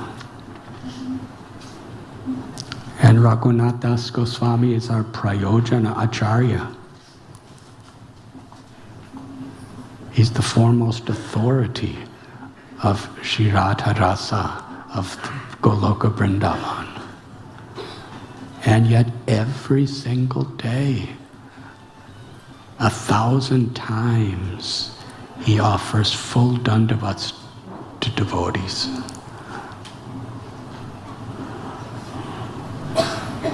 He's chanting 200,000 names every day. He's reciting from the words of Swarup Damodar Goswami and Murari Gupta on bank of Radha Kund every day. And he's offering so many obeisances, 1,000 obeisances to the deity and 1,000 obeisances to devotees. And it says his regulative principles are like the lines in stone. So why is he doing that when he's so advanced? And we're thinking, I'm advanced, why do I still have a nartas? All of these great acharyas are teaching that in whatever stage we need the association. Even the most advanced devotees long for that association.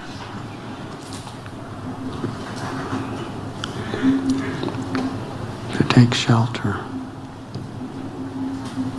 So when anarthas come, we can see them as an opportunity for sense gratification, or we could see them as an opportunity to take shelter and to humble ourselves, because you can't really take shelter unless you're in a very humble state of consciousness. And that's how we make spiritual advancement, by making those choices. Maharaj, final question. We have given to some extent, of course we are not so sincere the way Krishna is expecting from us, but we are trying to our level to remain in Krishna consciousness. Continuously our life is going, ups and downs are there, anarthas are coming, we are fighting, again it comes, we fight, we take shelter of the association, we take the shelter of hearing and chanting, and it go on and on and on. But then a fear comes in our life, and now the age is increasing, very few years are there in this body, still we have not become pure the way Krishna is expecting from us. And we are not reached to that level. Although we tried, but we didn't come to that level. And that fear is there, that what will be the, we have a destination, will be Krishna is thinking about us. He wants us to come again and again and rotate in this birth and death again and again, because we could not reach to the destination that Krishna is expecting. Because every now and then anarthas are copying and we are having to fight, then we feel we are so far on the destination. The standard which Krishna is wanted from us, we are not able to reach it. So I am asking this question that Maharaj, when the age is increasing, very few years are there in this body, and then the standard which Krishna is expecting from us, sarva dharma parityajya and all those things, we are not reached to that level. So what is the destination we will be having when we leave our body?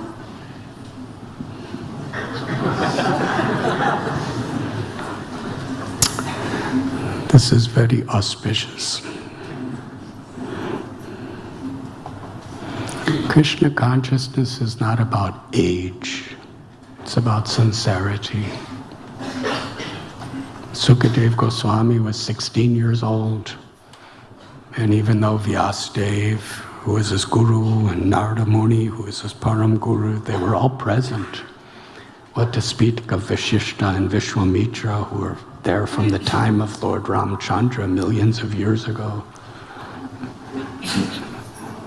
But they consider him most qualified. So it's not just about age. But the auspicious thing is age gives us more sincerity to ask the question that you're asking today.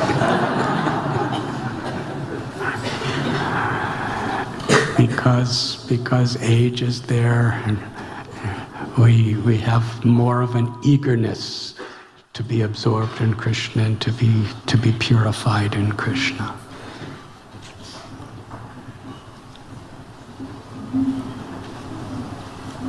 But Maya is very strong. And we're sincere. That is what we need to be sincere to really be trying our best. And from what I've seen, whether it's Madhavendra Puri or any other great devotee, even in their old age, they never say, well, I'm a pure devotee and I'm a Paramhamsa and I have no material desires. They're just taking shelter of Krishna.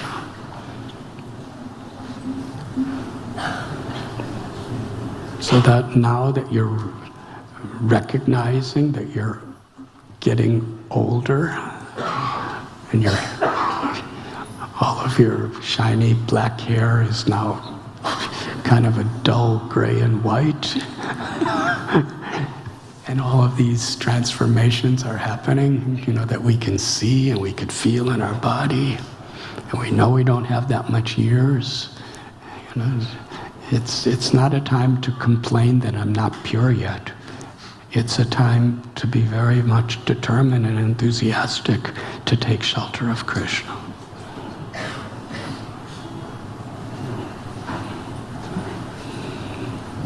Sorry, Maharaj, but I just wanted to know that will Krishna not give us some concession?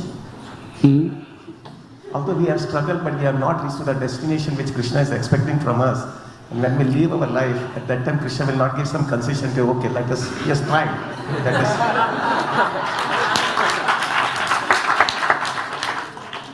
If you surrender to with sincere heart, you're truly trying to take shelter and surrender through all of the challenges of the world, and Krishna gives concessions. But our concern should not be, will Krishna give a concession? Our concern with, let me take shelter with my full capacity. No use complaining about our anarthas or complaining about the world. That will just distract us. They're there. All those things are there. But Krishna's there waiting for me. Let me take shelter. Hare Krishna, Hare Krishna, Krishna Krishna, Hare Hare, Hare Ram, Ram Ram, Hare Hare. Even Haridas Thakur, he was very sad because he couldn't finish his rounds because he was so old. And Lord Chaitanya said, you don't have to. And he said, no, I'm in a disease condition. So take shelter of Krishna. And your old age is actually all of our old age. It's a blessing because it helps us to focus on the need to take shelter of Krishna and not be distracted by all this material illusion.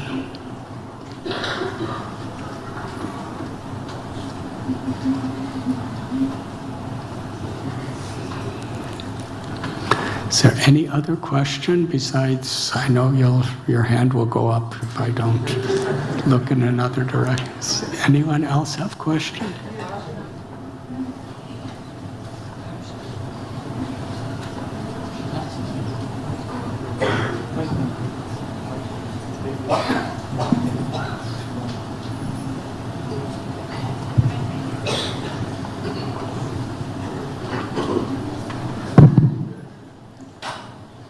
Maharaj, you addressed this two very important aspects of hearing and chanting. But post hearing and chanting, we all are interacting with devotees, interacting with people. And I just it would be nice to hear from you as to how do we really know that we are hearing and chanting nicely. Will it percolate down in our behavior, as I understand? And what if we find externally people doing maybe good hearing and chanting, but it may not be percolating down in their behavior? So how do we, or maybe in our own lives, we may be thinking that we may be chanting and hearing, but in our behavior we may be not behaving like a Vaishnava.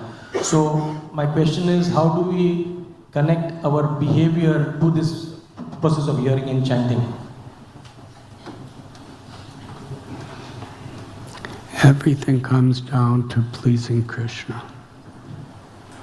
If we chant 1 million rounds a day, but we're not pleasing Krishna, it's not going to have much effect. We chant our rounds and we absorb ourselves in chanting our rounds because that will please Krishna. That's what our gurus and Krishna have asked us to do. Samsiddhir haridoshanam. If Krishna is not pleased, nothing we do will bring us closer to Krishna.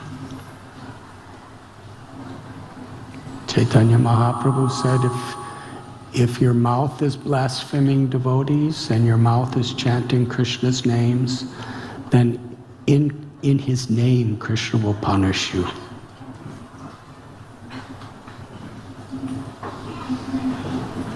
So chanting doesn't please Krishna if we don't have Vaishnav character. At the beginning, any chanting will bring us closer to Krishna. But as we become dedicated, then we have responsibility.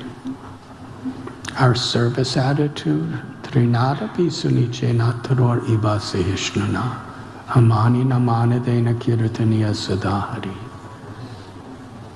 Sri Chaitanya Mahaprabhu said we should wear this verse on the thread of the holy name always.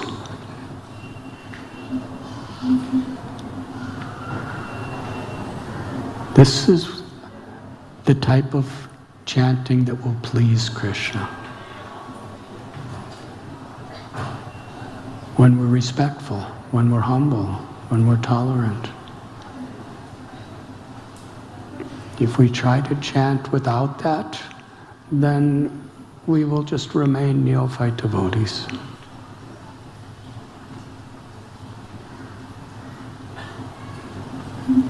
Why does Srila Prabhupada and all of our great acharyas give us the example of Prahlad Maharaj and Dhruva Maharaj and the Pandavas? Why do they give us the Sri Chaitanya Charitamrita, Haridas Thakur, and all of those stories? Mahajano Yenagata Sabanta. Lord Chaitanya said the only way to achieve Krishna is to follow in the footsteps of the great souls. So yes, they are absorbed. But the cleaning of the Gundicha temple was an absorption in service. And it's with that same absorption in service that we should be chanting the holy names.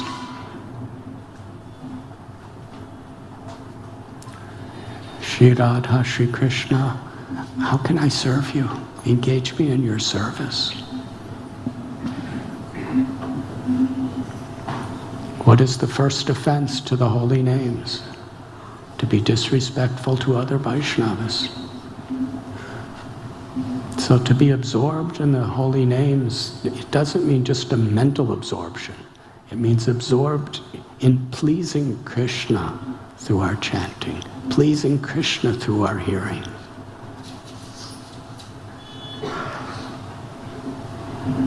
We're not absorbed in reading Srimad Bhagavatam so we can prove that I know better than somebody else. We're absorbed in Srimad Bhagavatam to please Krishna.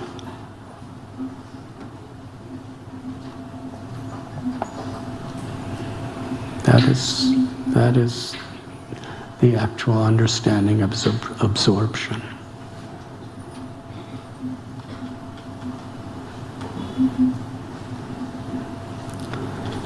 Unless we're trying to apply this principle of Trinadapi Sunichena Taror Iba Sehishnana Amani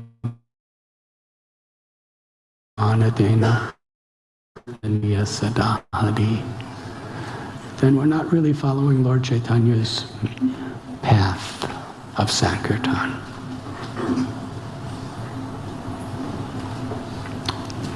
Does that answer your question? Profoundly. Profoundly answered. Thank you. I mean, you have answered the question profoundly, so thank you very much.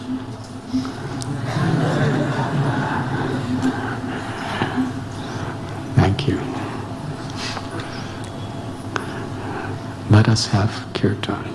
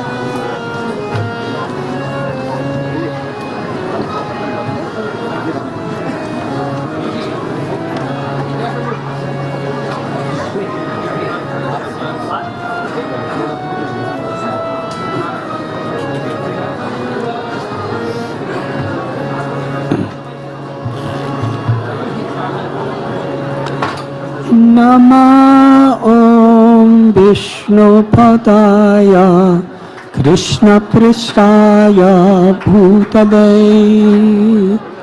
Srimate Bhakti Vedanta Swami Iti Namine.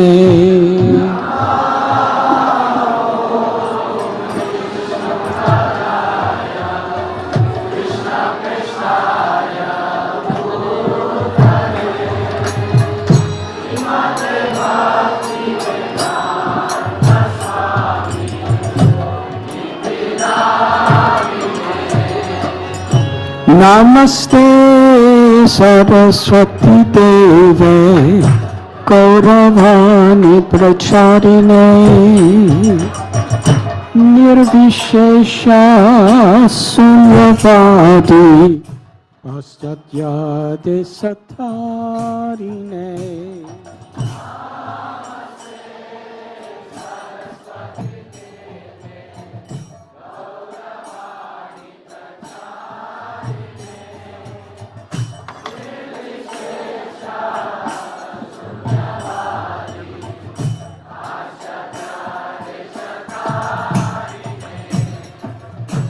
Sri Krishna Chaitanya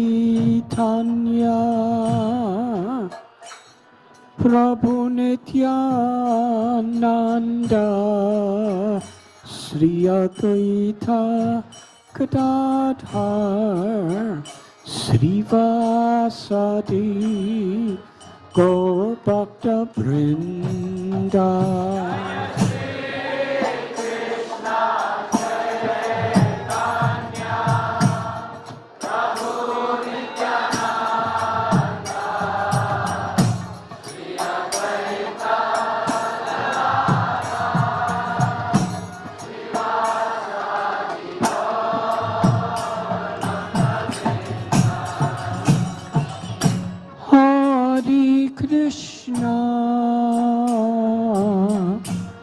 Hare Krishna, Krishna Krishna, Hare Hare, Hare Rama, Hare Rama, Rama Rama, Hare Hare.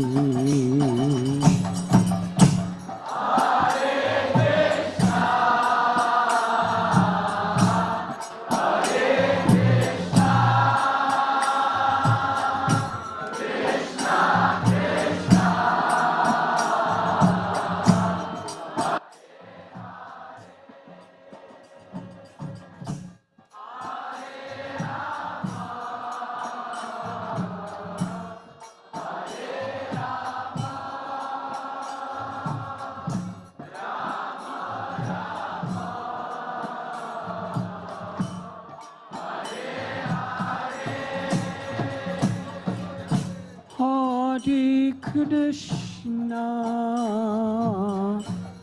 Hare Krishna,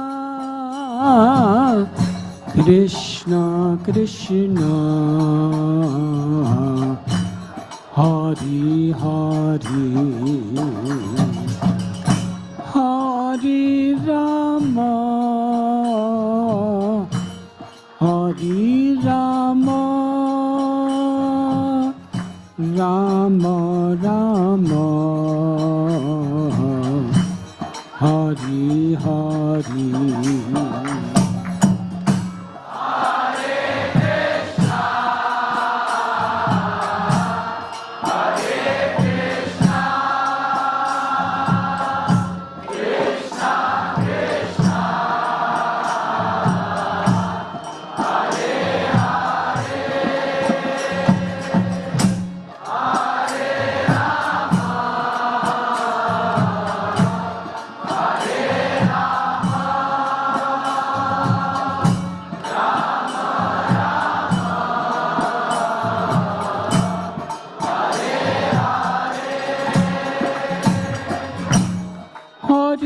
Krishna, Hare Krishna, Krishna Krishna, Hare Hare, Hare Rama, Hare Rama, Rama Rama, Hare Hare.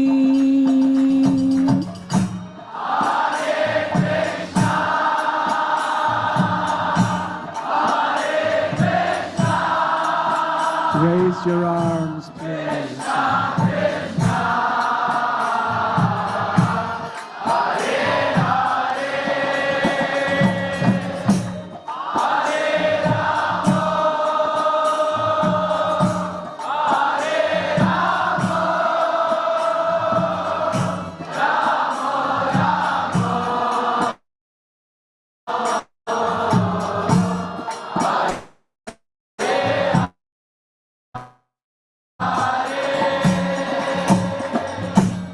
Hare Krishna, Hare Krishna, Krishna Krishna, Hare Hare, Hare Rama, Hare Rama, Rama Rama, Hare Hare.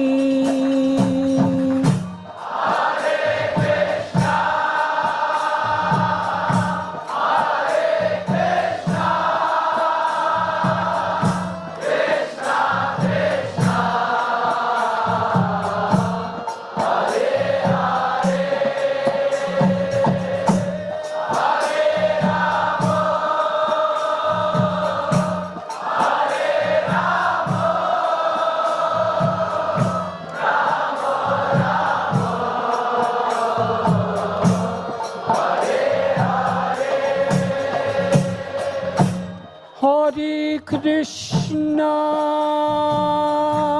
Hare Krishna, Krishna Krishna, Hare Hare, Hare Rama, Hare Rama, Rama Rama, Hare Hare.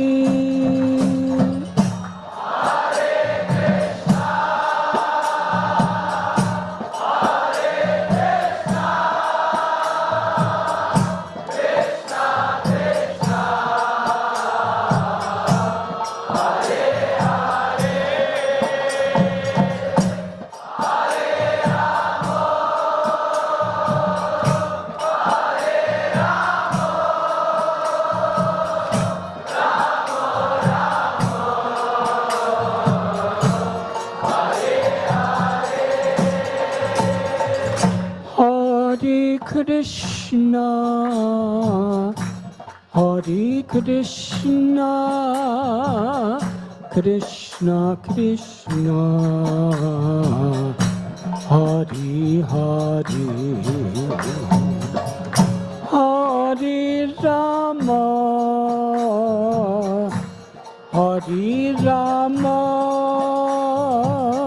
Rama Rama, Hare Hare.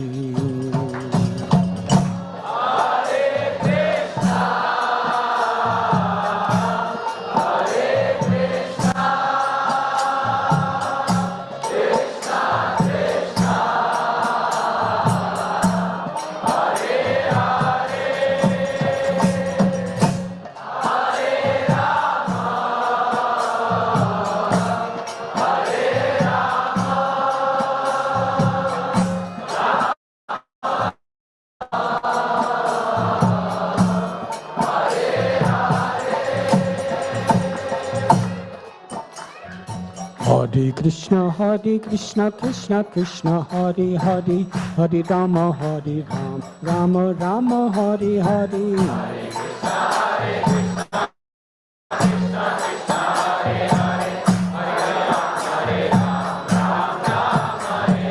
Hare Krishna, Krishna Krishna, Hare Hare, Hare Rama, Rama Rama, Hare Hare.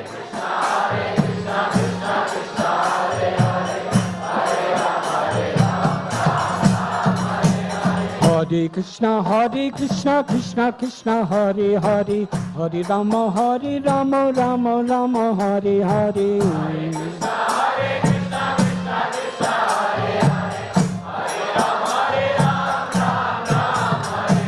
Hare Krishna, Krishna Krishna, Hare Hare, Hare Rama, Rama Rama, Hare Hare.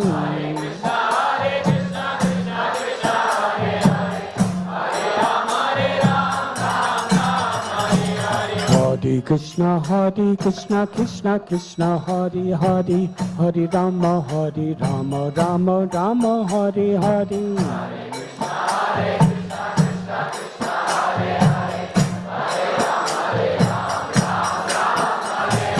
Hare Krishna, Krishna Krishna, Hare Hare, Hare Rama, Rama Rama, Hare Hare. Hare Krishna, Krishna Krishna, Hare Hare, Hare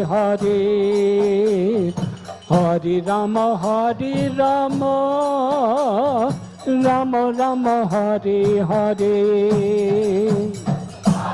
Rama Rama, Hare Hare.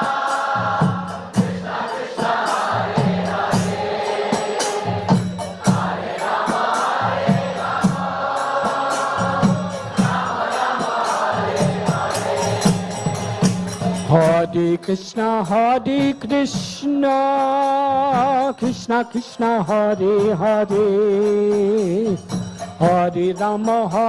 Krishna, Hare Hare, Hare Rama, Rama Rama, Hare Hare.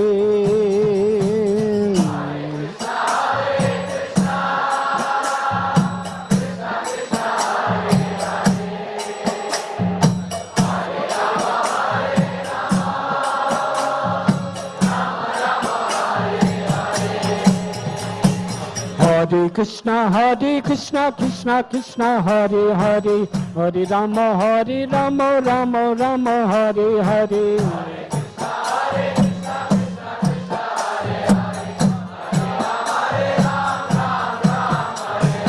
Hare Krishna, Krishna Krishna, Hare Hare, Hare Rama, Rama Rama, Hare Hare.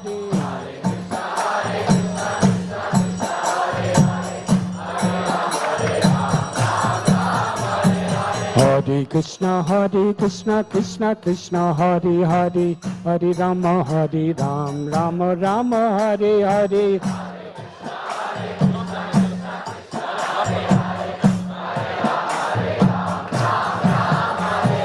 Hare Krishna, Krishna Krishna, Hare Hare, Hare Rama, Rama Rama, Hare Hare. Hari Bol. Hare Krishna, Krishna Krishna, Hare Hare, Hare Rama, Rama Rama, Hare Hare.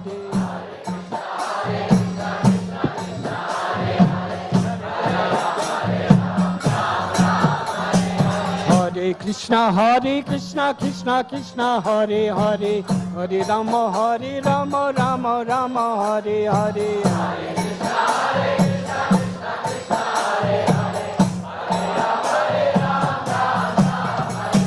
Hare Krishna, Krishna Krishna, Hare Hare, Hare Rama, Rama Rama, Hare Hare.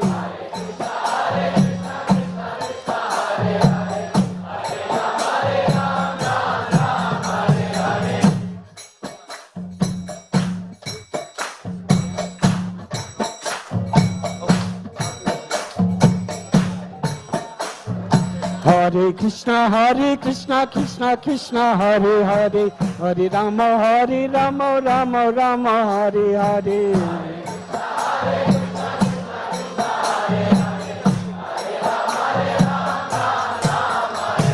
Hare Krishna, Krishna Krishna, Hare Hare, Hare Rama, Rama Rama, Hare Hare.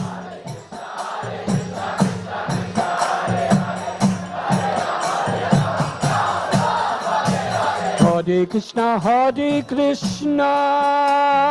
Krishna Krishna, Hare Hare, Hare Rama, Rama Rama, Hare Hare.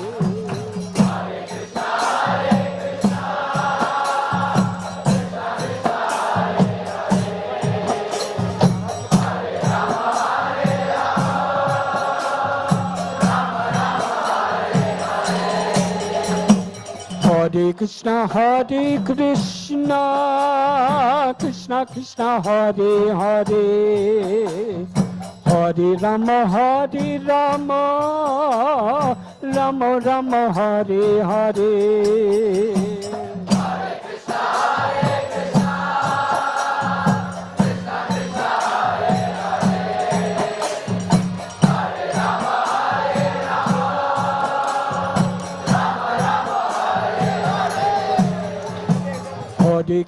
Hare Krishna, Krishna Krishna, Hare Hare, Hare Rama,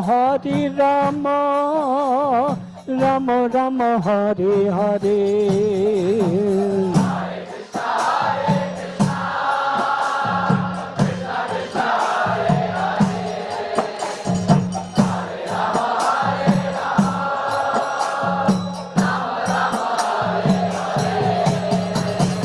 Hare Krishna, Krishna Krishna, Hare Hare, Hare Rama, Rama Rama, Hare Hare.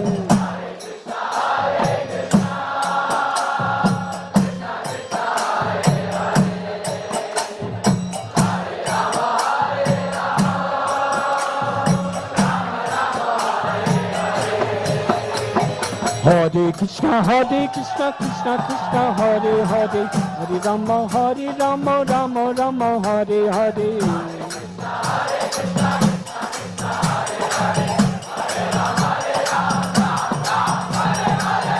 Hare Krishna, Krishna Krishna, Hare Hare, Hare Rama, Rama Rama, Hare Hare.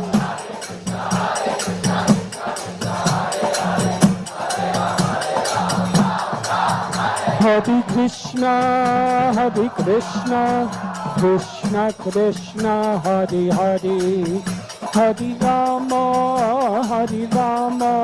Rama Rama, Hare Hare.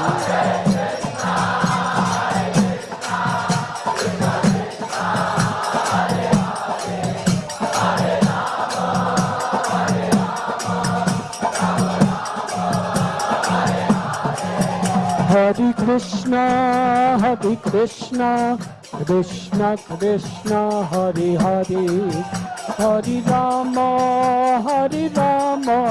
Rama Rama, Hare Hare.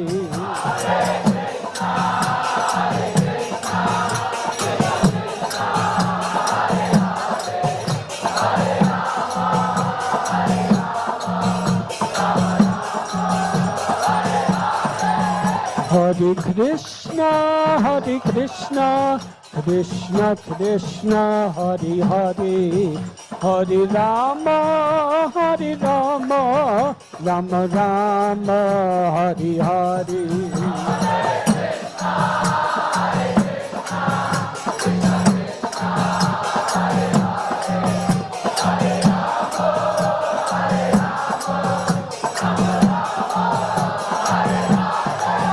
Hare Krishna,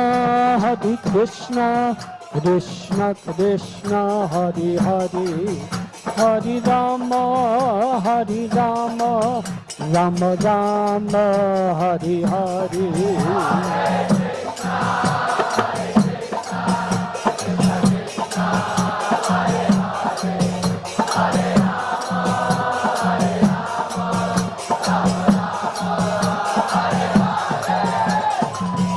Krishna Krishna Krishna Hare Hare, Hare Rama Rama Rama Hare Hare.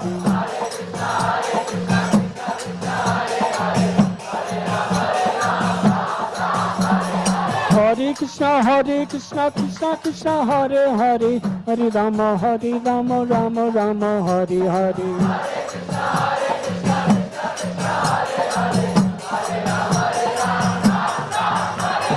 Hare Krishna Krishna Krishna Hare Hare, Hare Rama Rama Rama Hare Hare.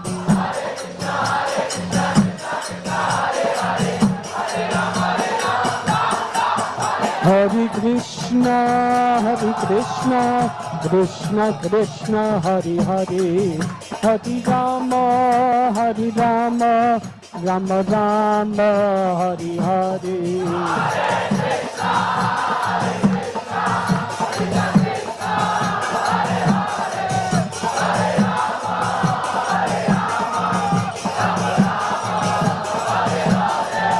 Hare Krishna Krishna Krishna Hare Hare, Hare Rama Rama Rama Hare Hare.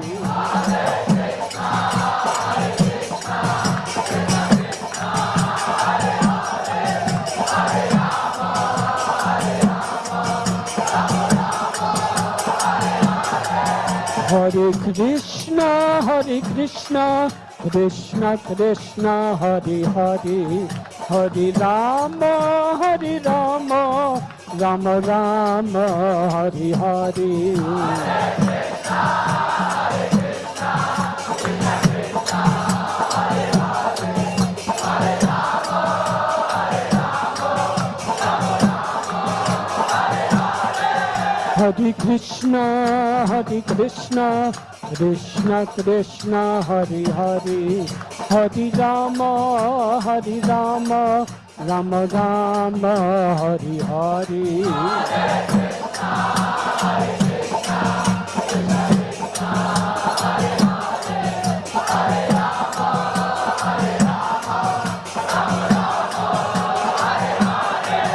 Hare Krishna Krishna Krishna Hare Hare, Hare Rama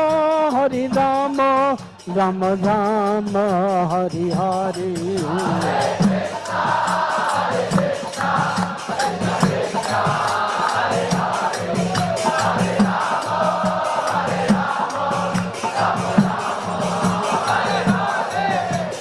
Hare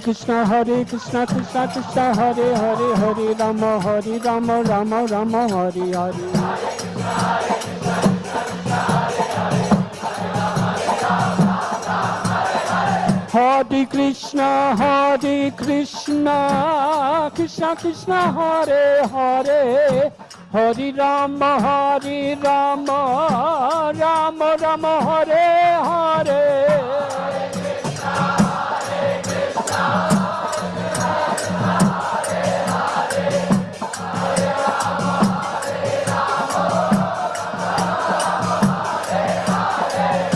Hare Krishna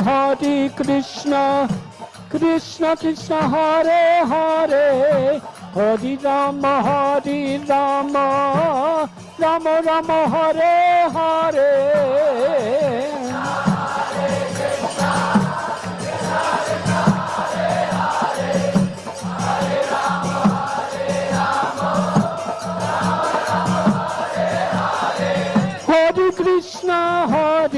Krishna Krishna Krishna Hare Hare, Hare Rama Rama Rama Hare Hare.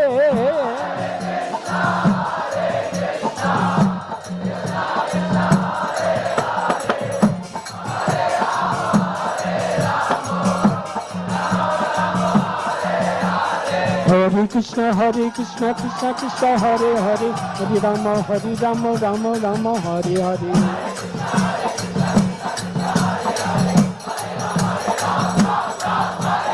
Hare Krishna Krishna Krishna Hare Hare, Hare Rama Rama Rama Hare Hare.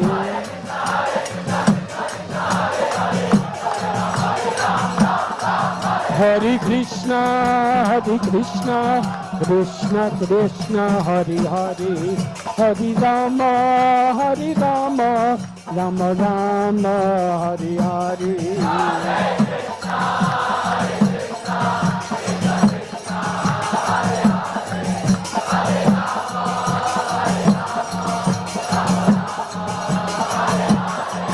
Hare Krishna, Krishna Krishna, Hare Hare, Hare Rama, Rama Rama, Hare Hare.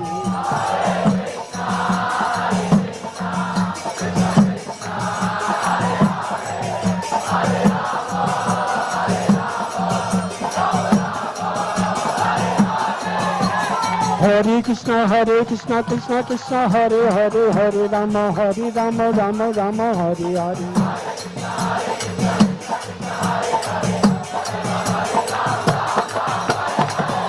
Hare Krishna, Krishna Krishna, Hare Hare, Hare Rama, Rama Rama, Hare Hare.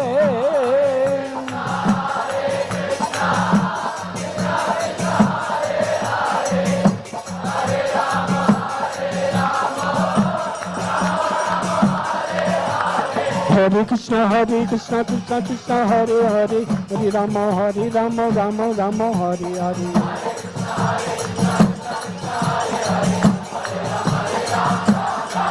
Hare Krishna, Krishna Krishna, Hare Hare, Hare Rama,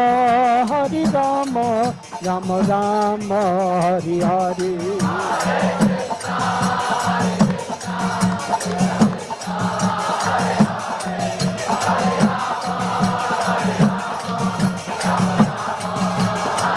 Jai Jai Prabhupada, Prabhupada, Prabhupada, Prabhupada.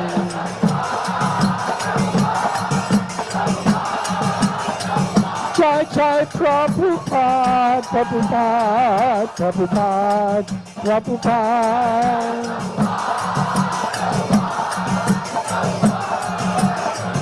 Jai Jai Prabhupada, Prabhupada, Prabhupada, Prabhupada.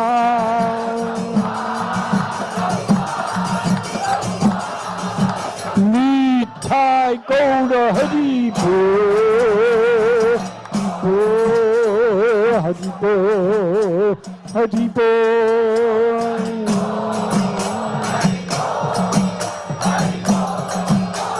Nitai Gaura Hari Bo, Hari Bo, Hari Bo, Hari Bo.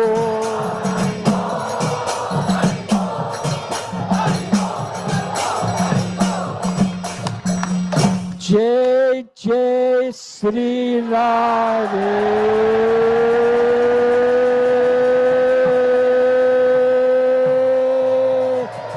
Jai Jai Sri Radhe.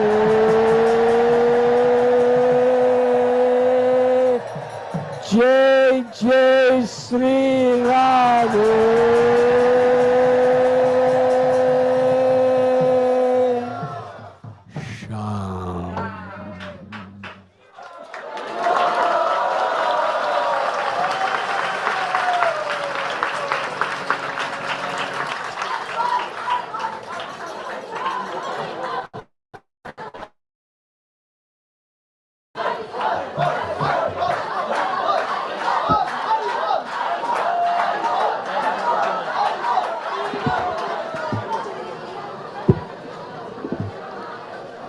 Hariharaya Nama, Krishna Yadavaya Nama.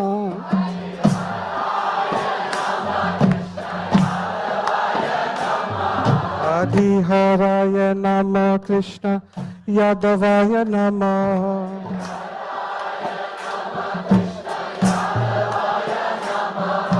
Yadavaya Madhavaya Keshavaya Nama.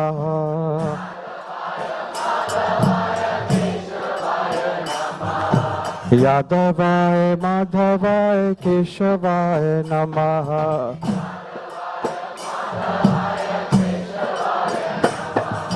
Gopal Govinda Ram Shri Madhusudana.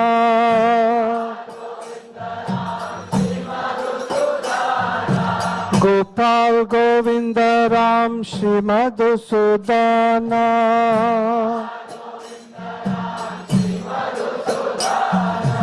Giridhari Gopinath Madana Mohana.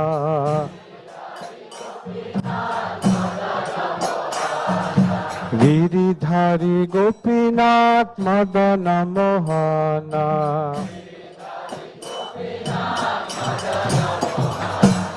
Shri Chaitanya Nityananda Shri Advaita Sita.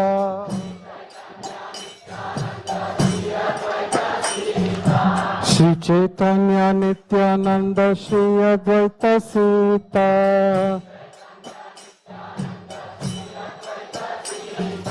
Hari Guru Vaishnava Bhagavat Gita.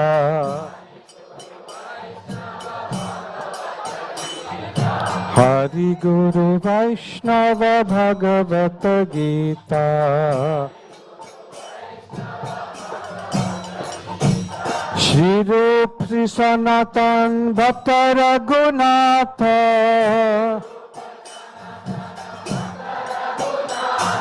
Shri Rup Shri Sanatan Bhatta Raghunatha.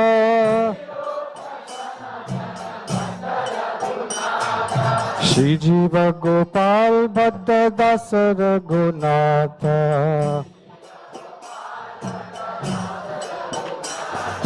Shri Jiva Gopal Bhatta Dasa Raghunatha. Hari Haraya Nama Krishna Yadavaya Nama. Hari Haraya Nama Krishna Yadavaya Nama. Hari Haraya Nama Krishna Yadavaya Nama.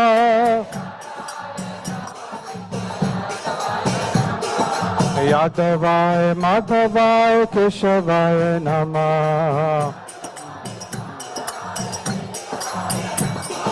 Yadavaya Madhavaya Keshavaya Namah. Gopal Govinda Ram Shri Madhusudana. Giridhari Gopinath Madana Mohana. Shri Chaitanya Nityananda Shri Advaita Sita. Hari Guru Vaishnava Bhagavat Gita. Shri Rup Shri Sanatan Bhatta Raghunatha. Shri Rup Shri Sanatan Bhatta Raghunatha. Shri Jiva Gopal Bhatta Dasa Raghunatha. Shri Jiva Gopal Bhatta Das Raghunatha. Hari Haraya Namo Krishna Yadavaya Namah. Hari Haraya Namo Krishna Yadavaya Namah.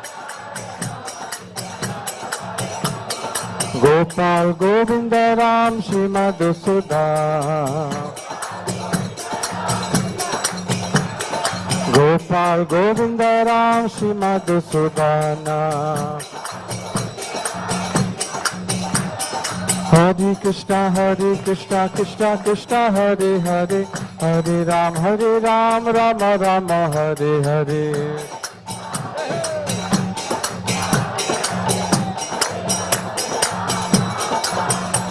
Hare Krishna Krishna Krishna Hare Hare. Hare Ram Ram Ram Hare Hare.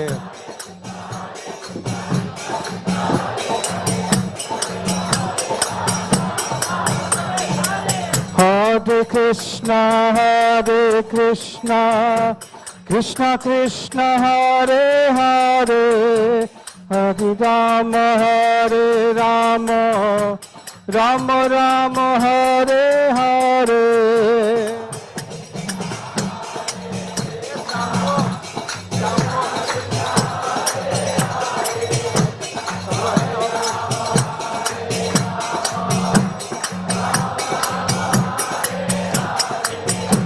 Hare Krishna, Krishna Krishna, Hare Hare, Hare Rama, Rama Rama, Hare Hare.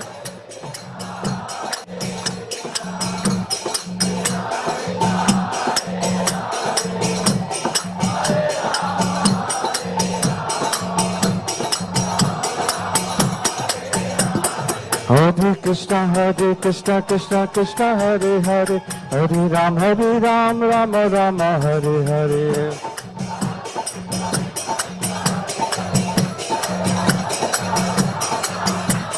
Hare Krishna, Krishna Krishna, Hare Hare, Hare Ram, Rama Rama, Hare Hare.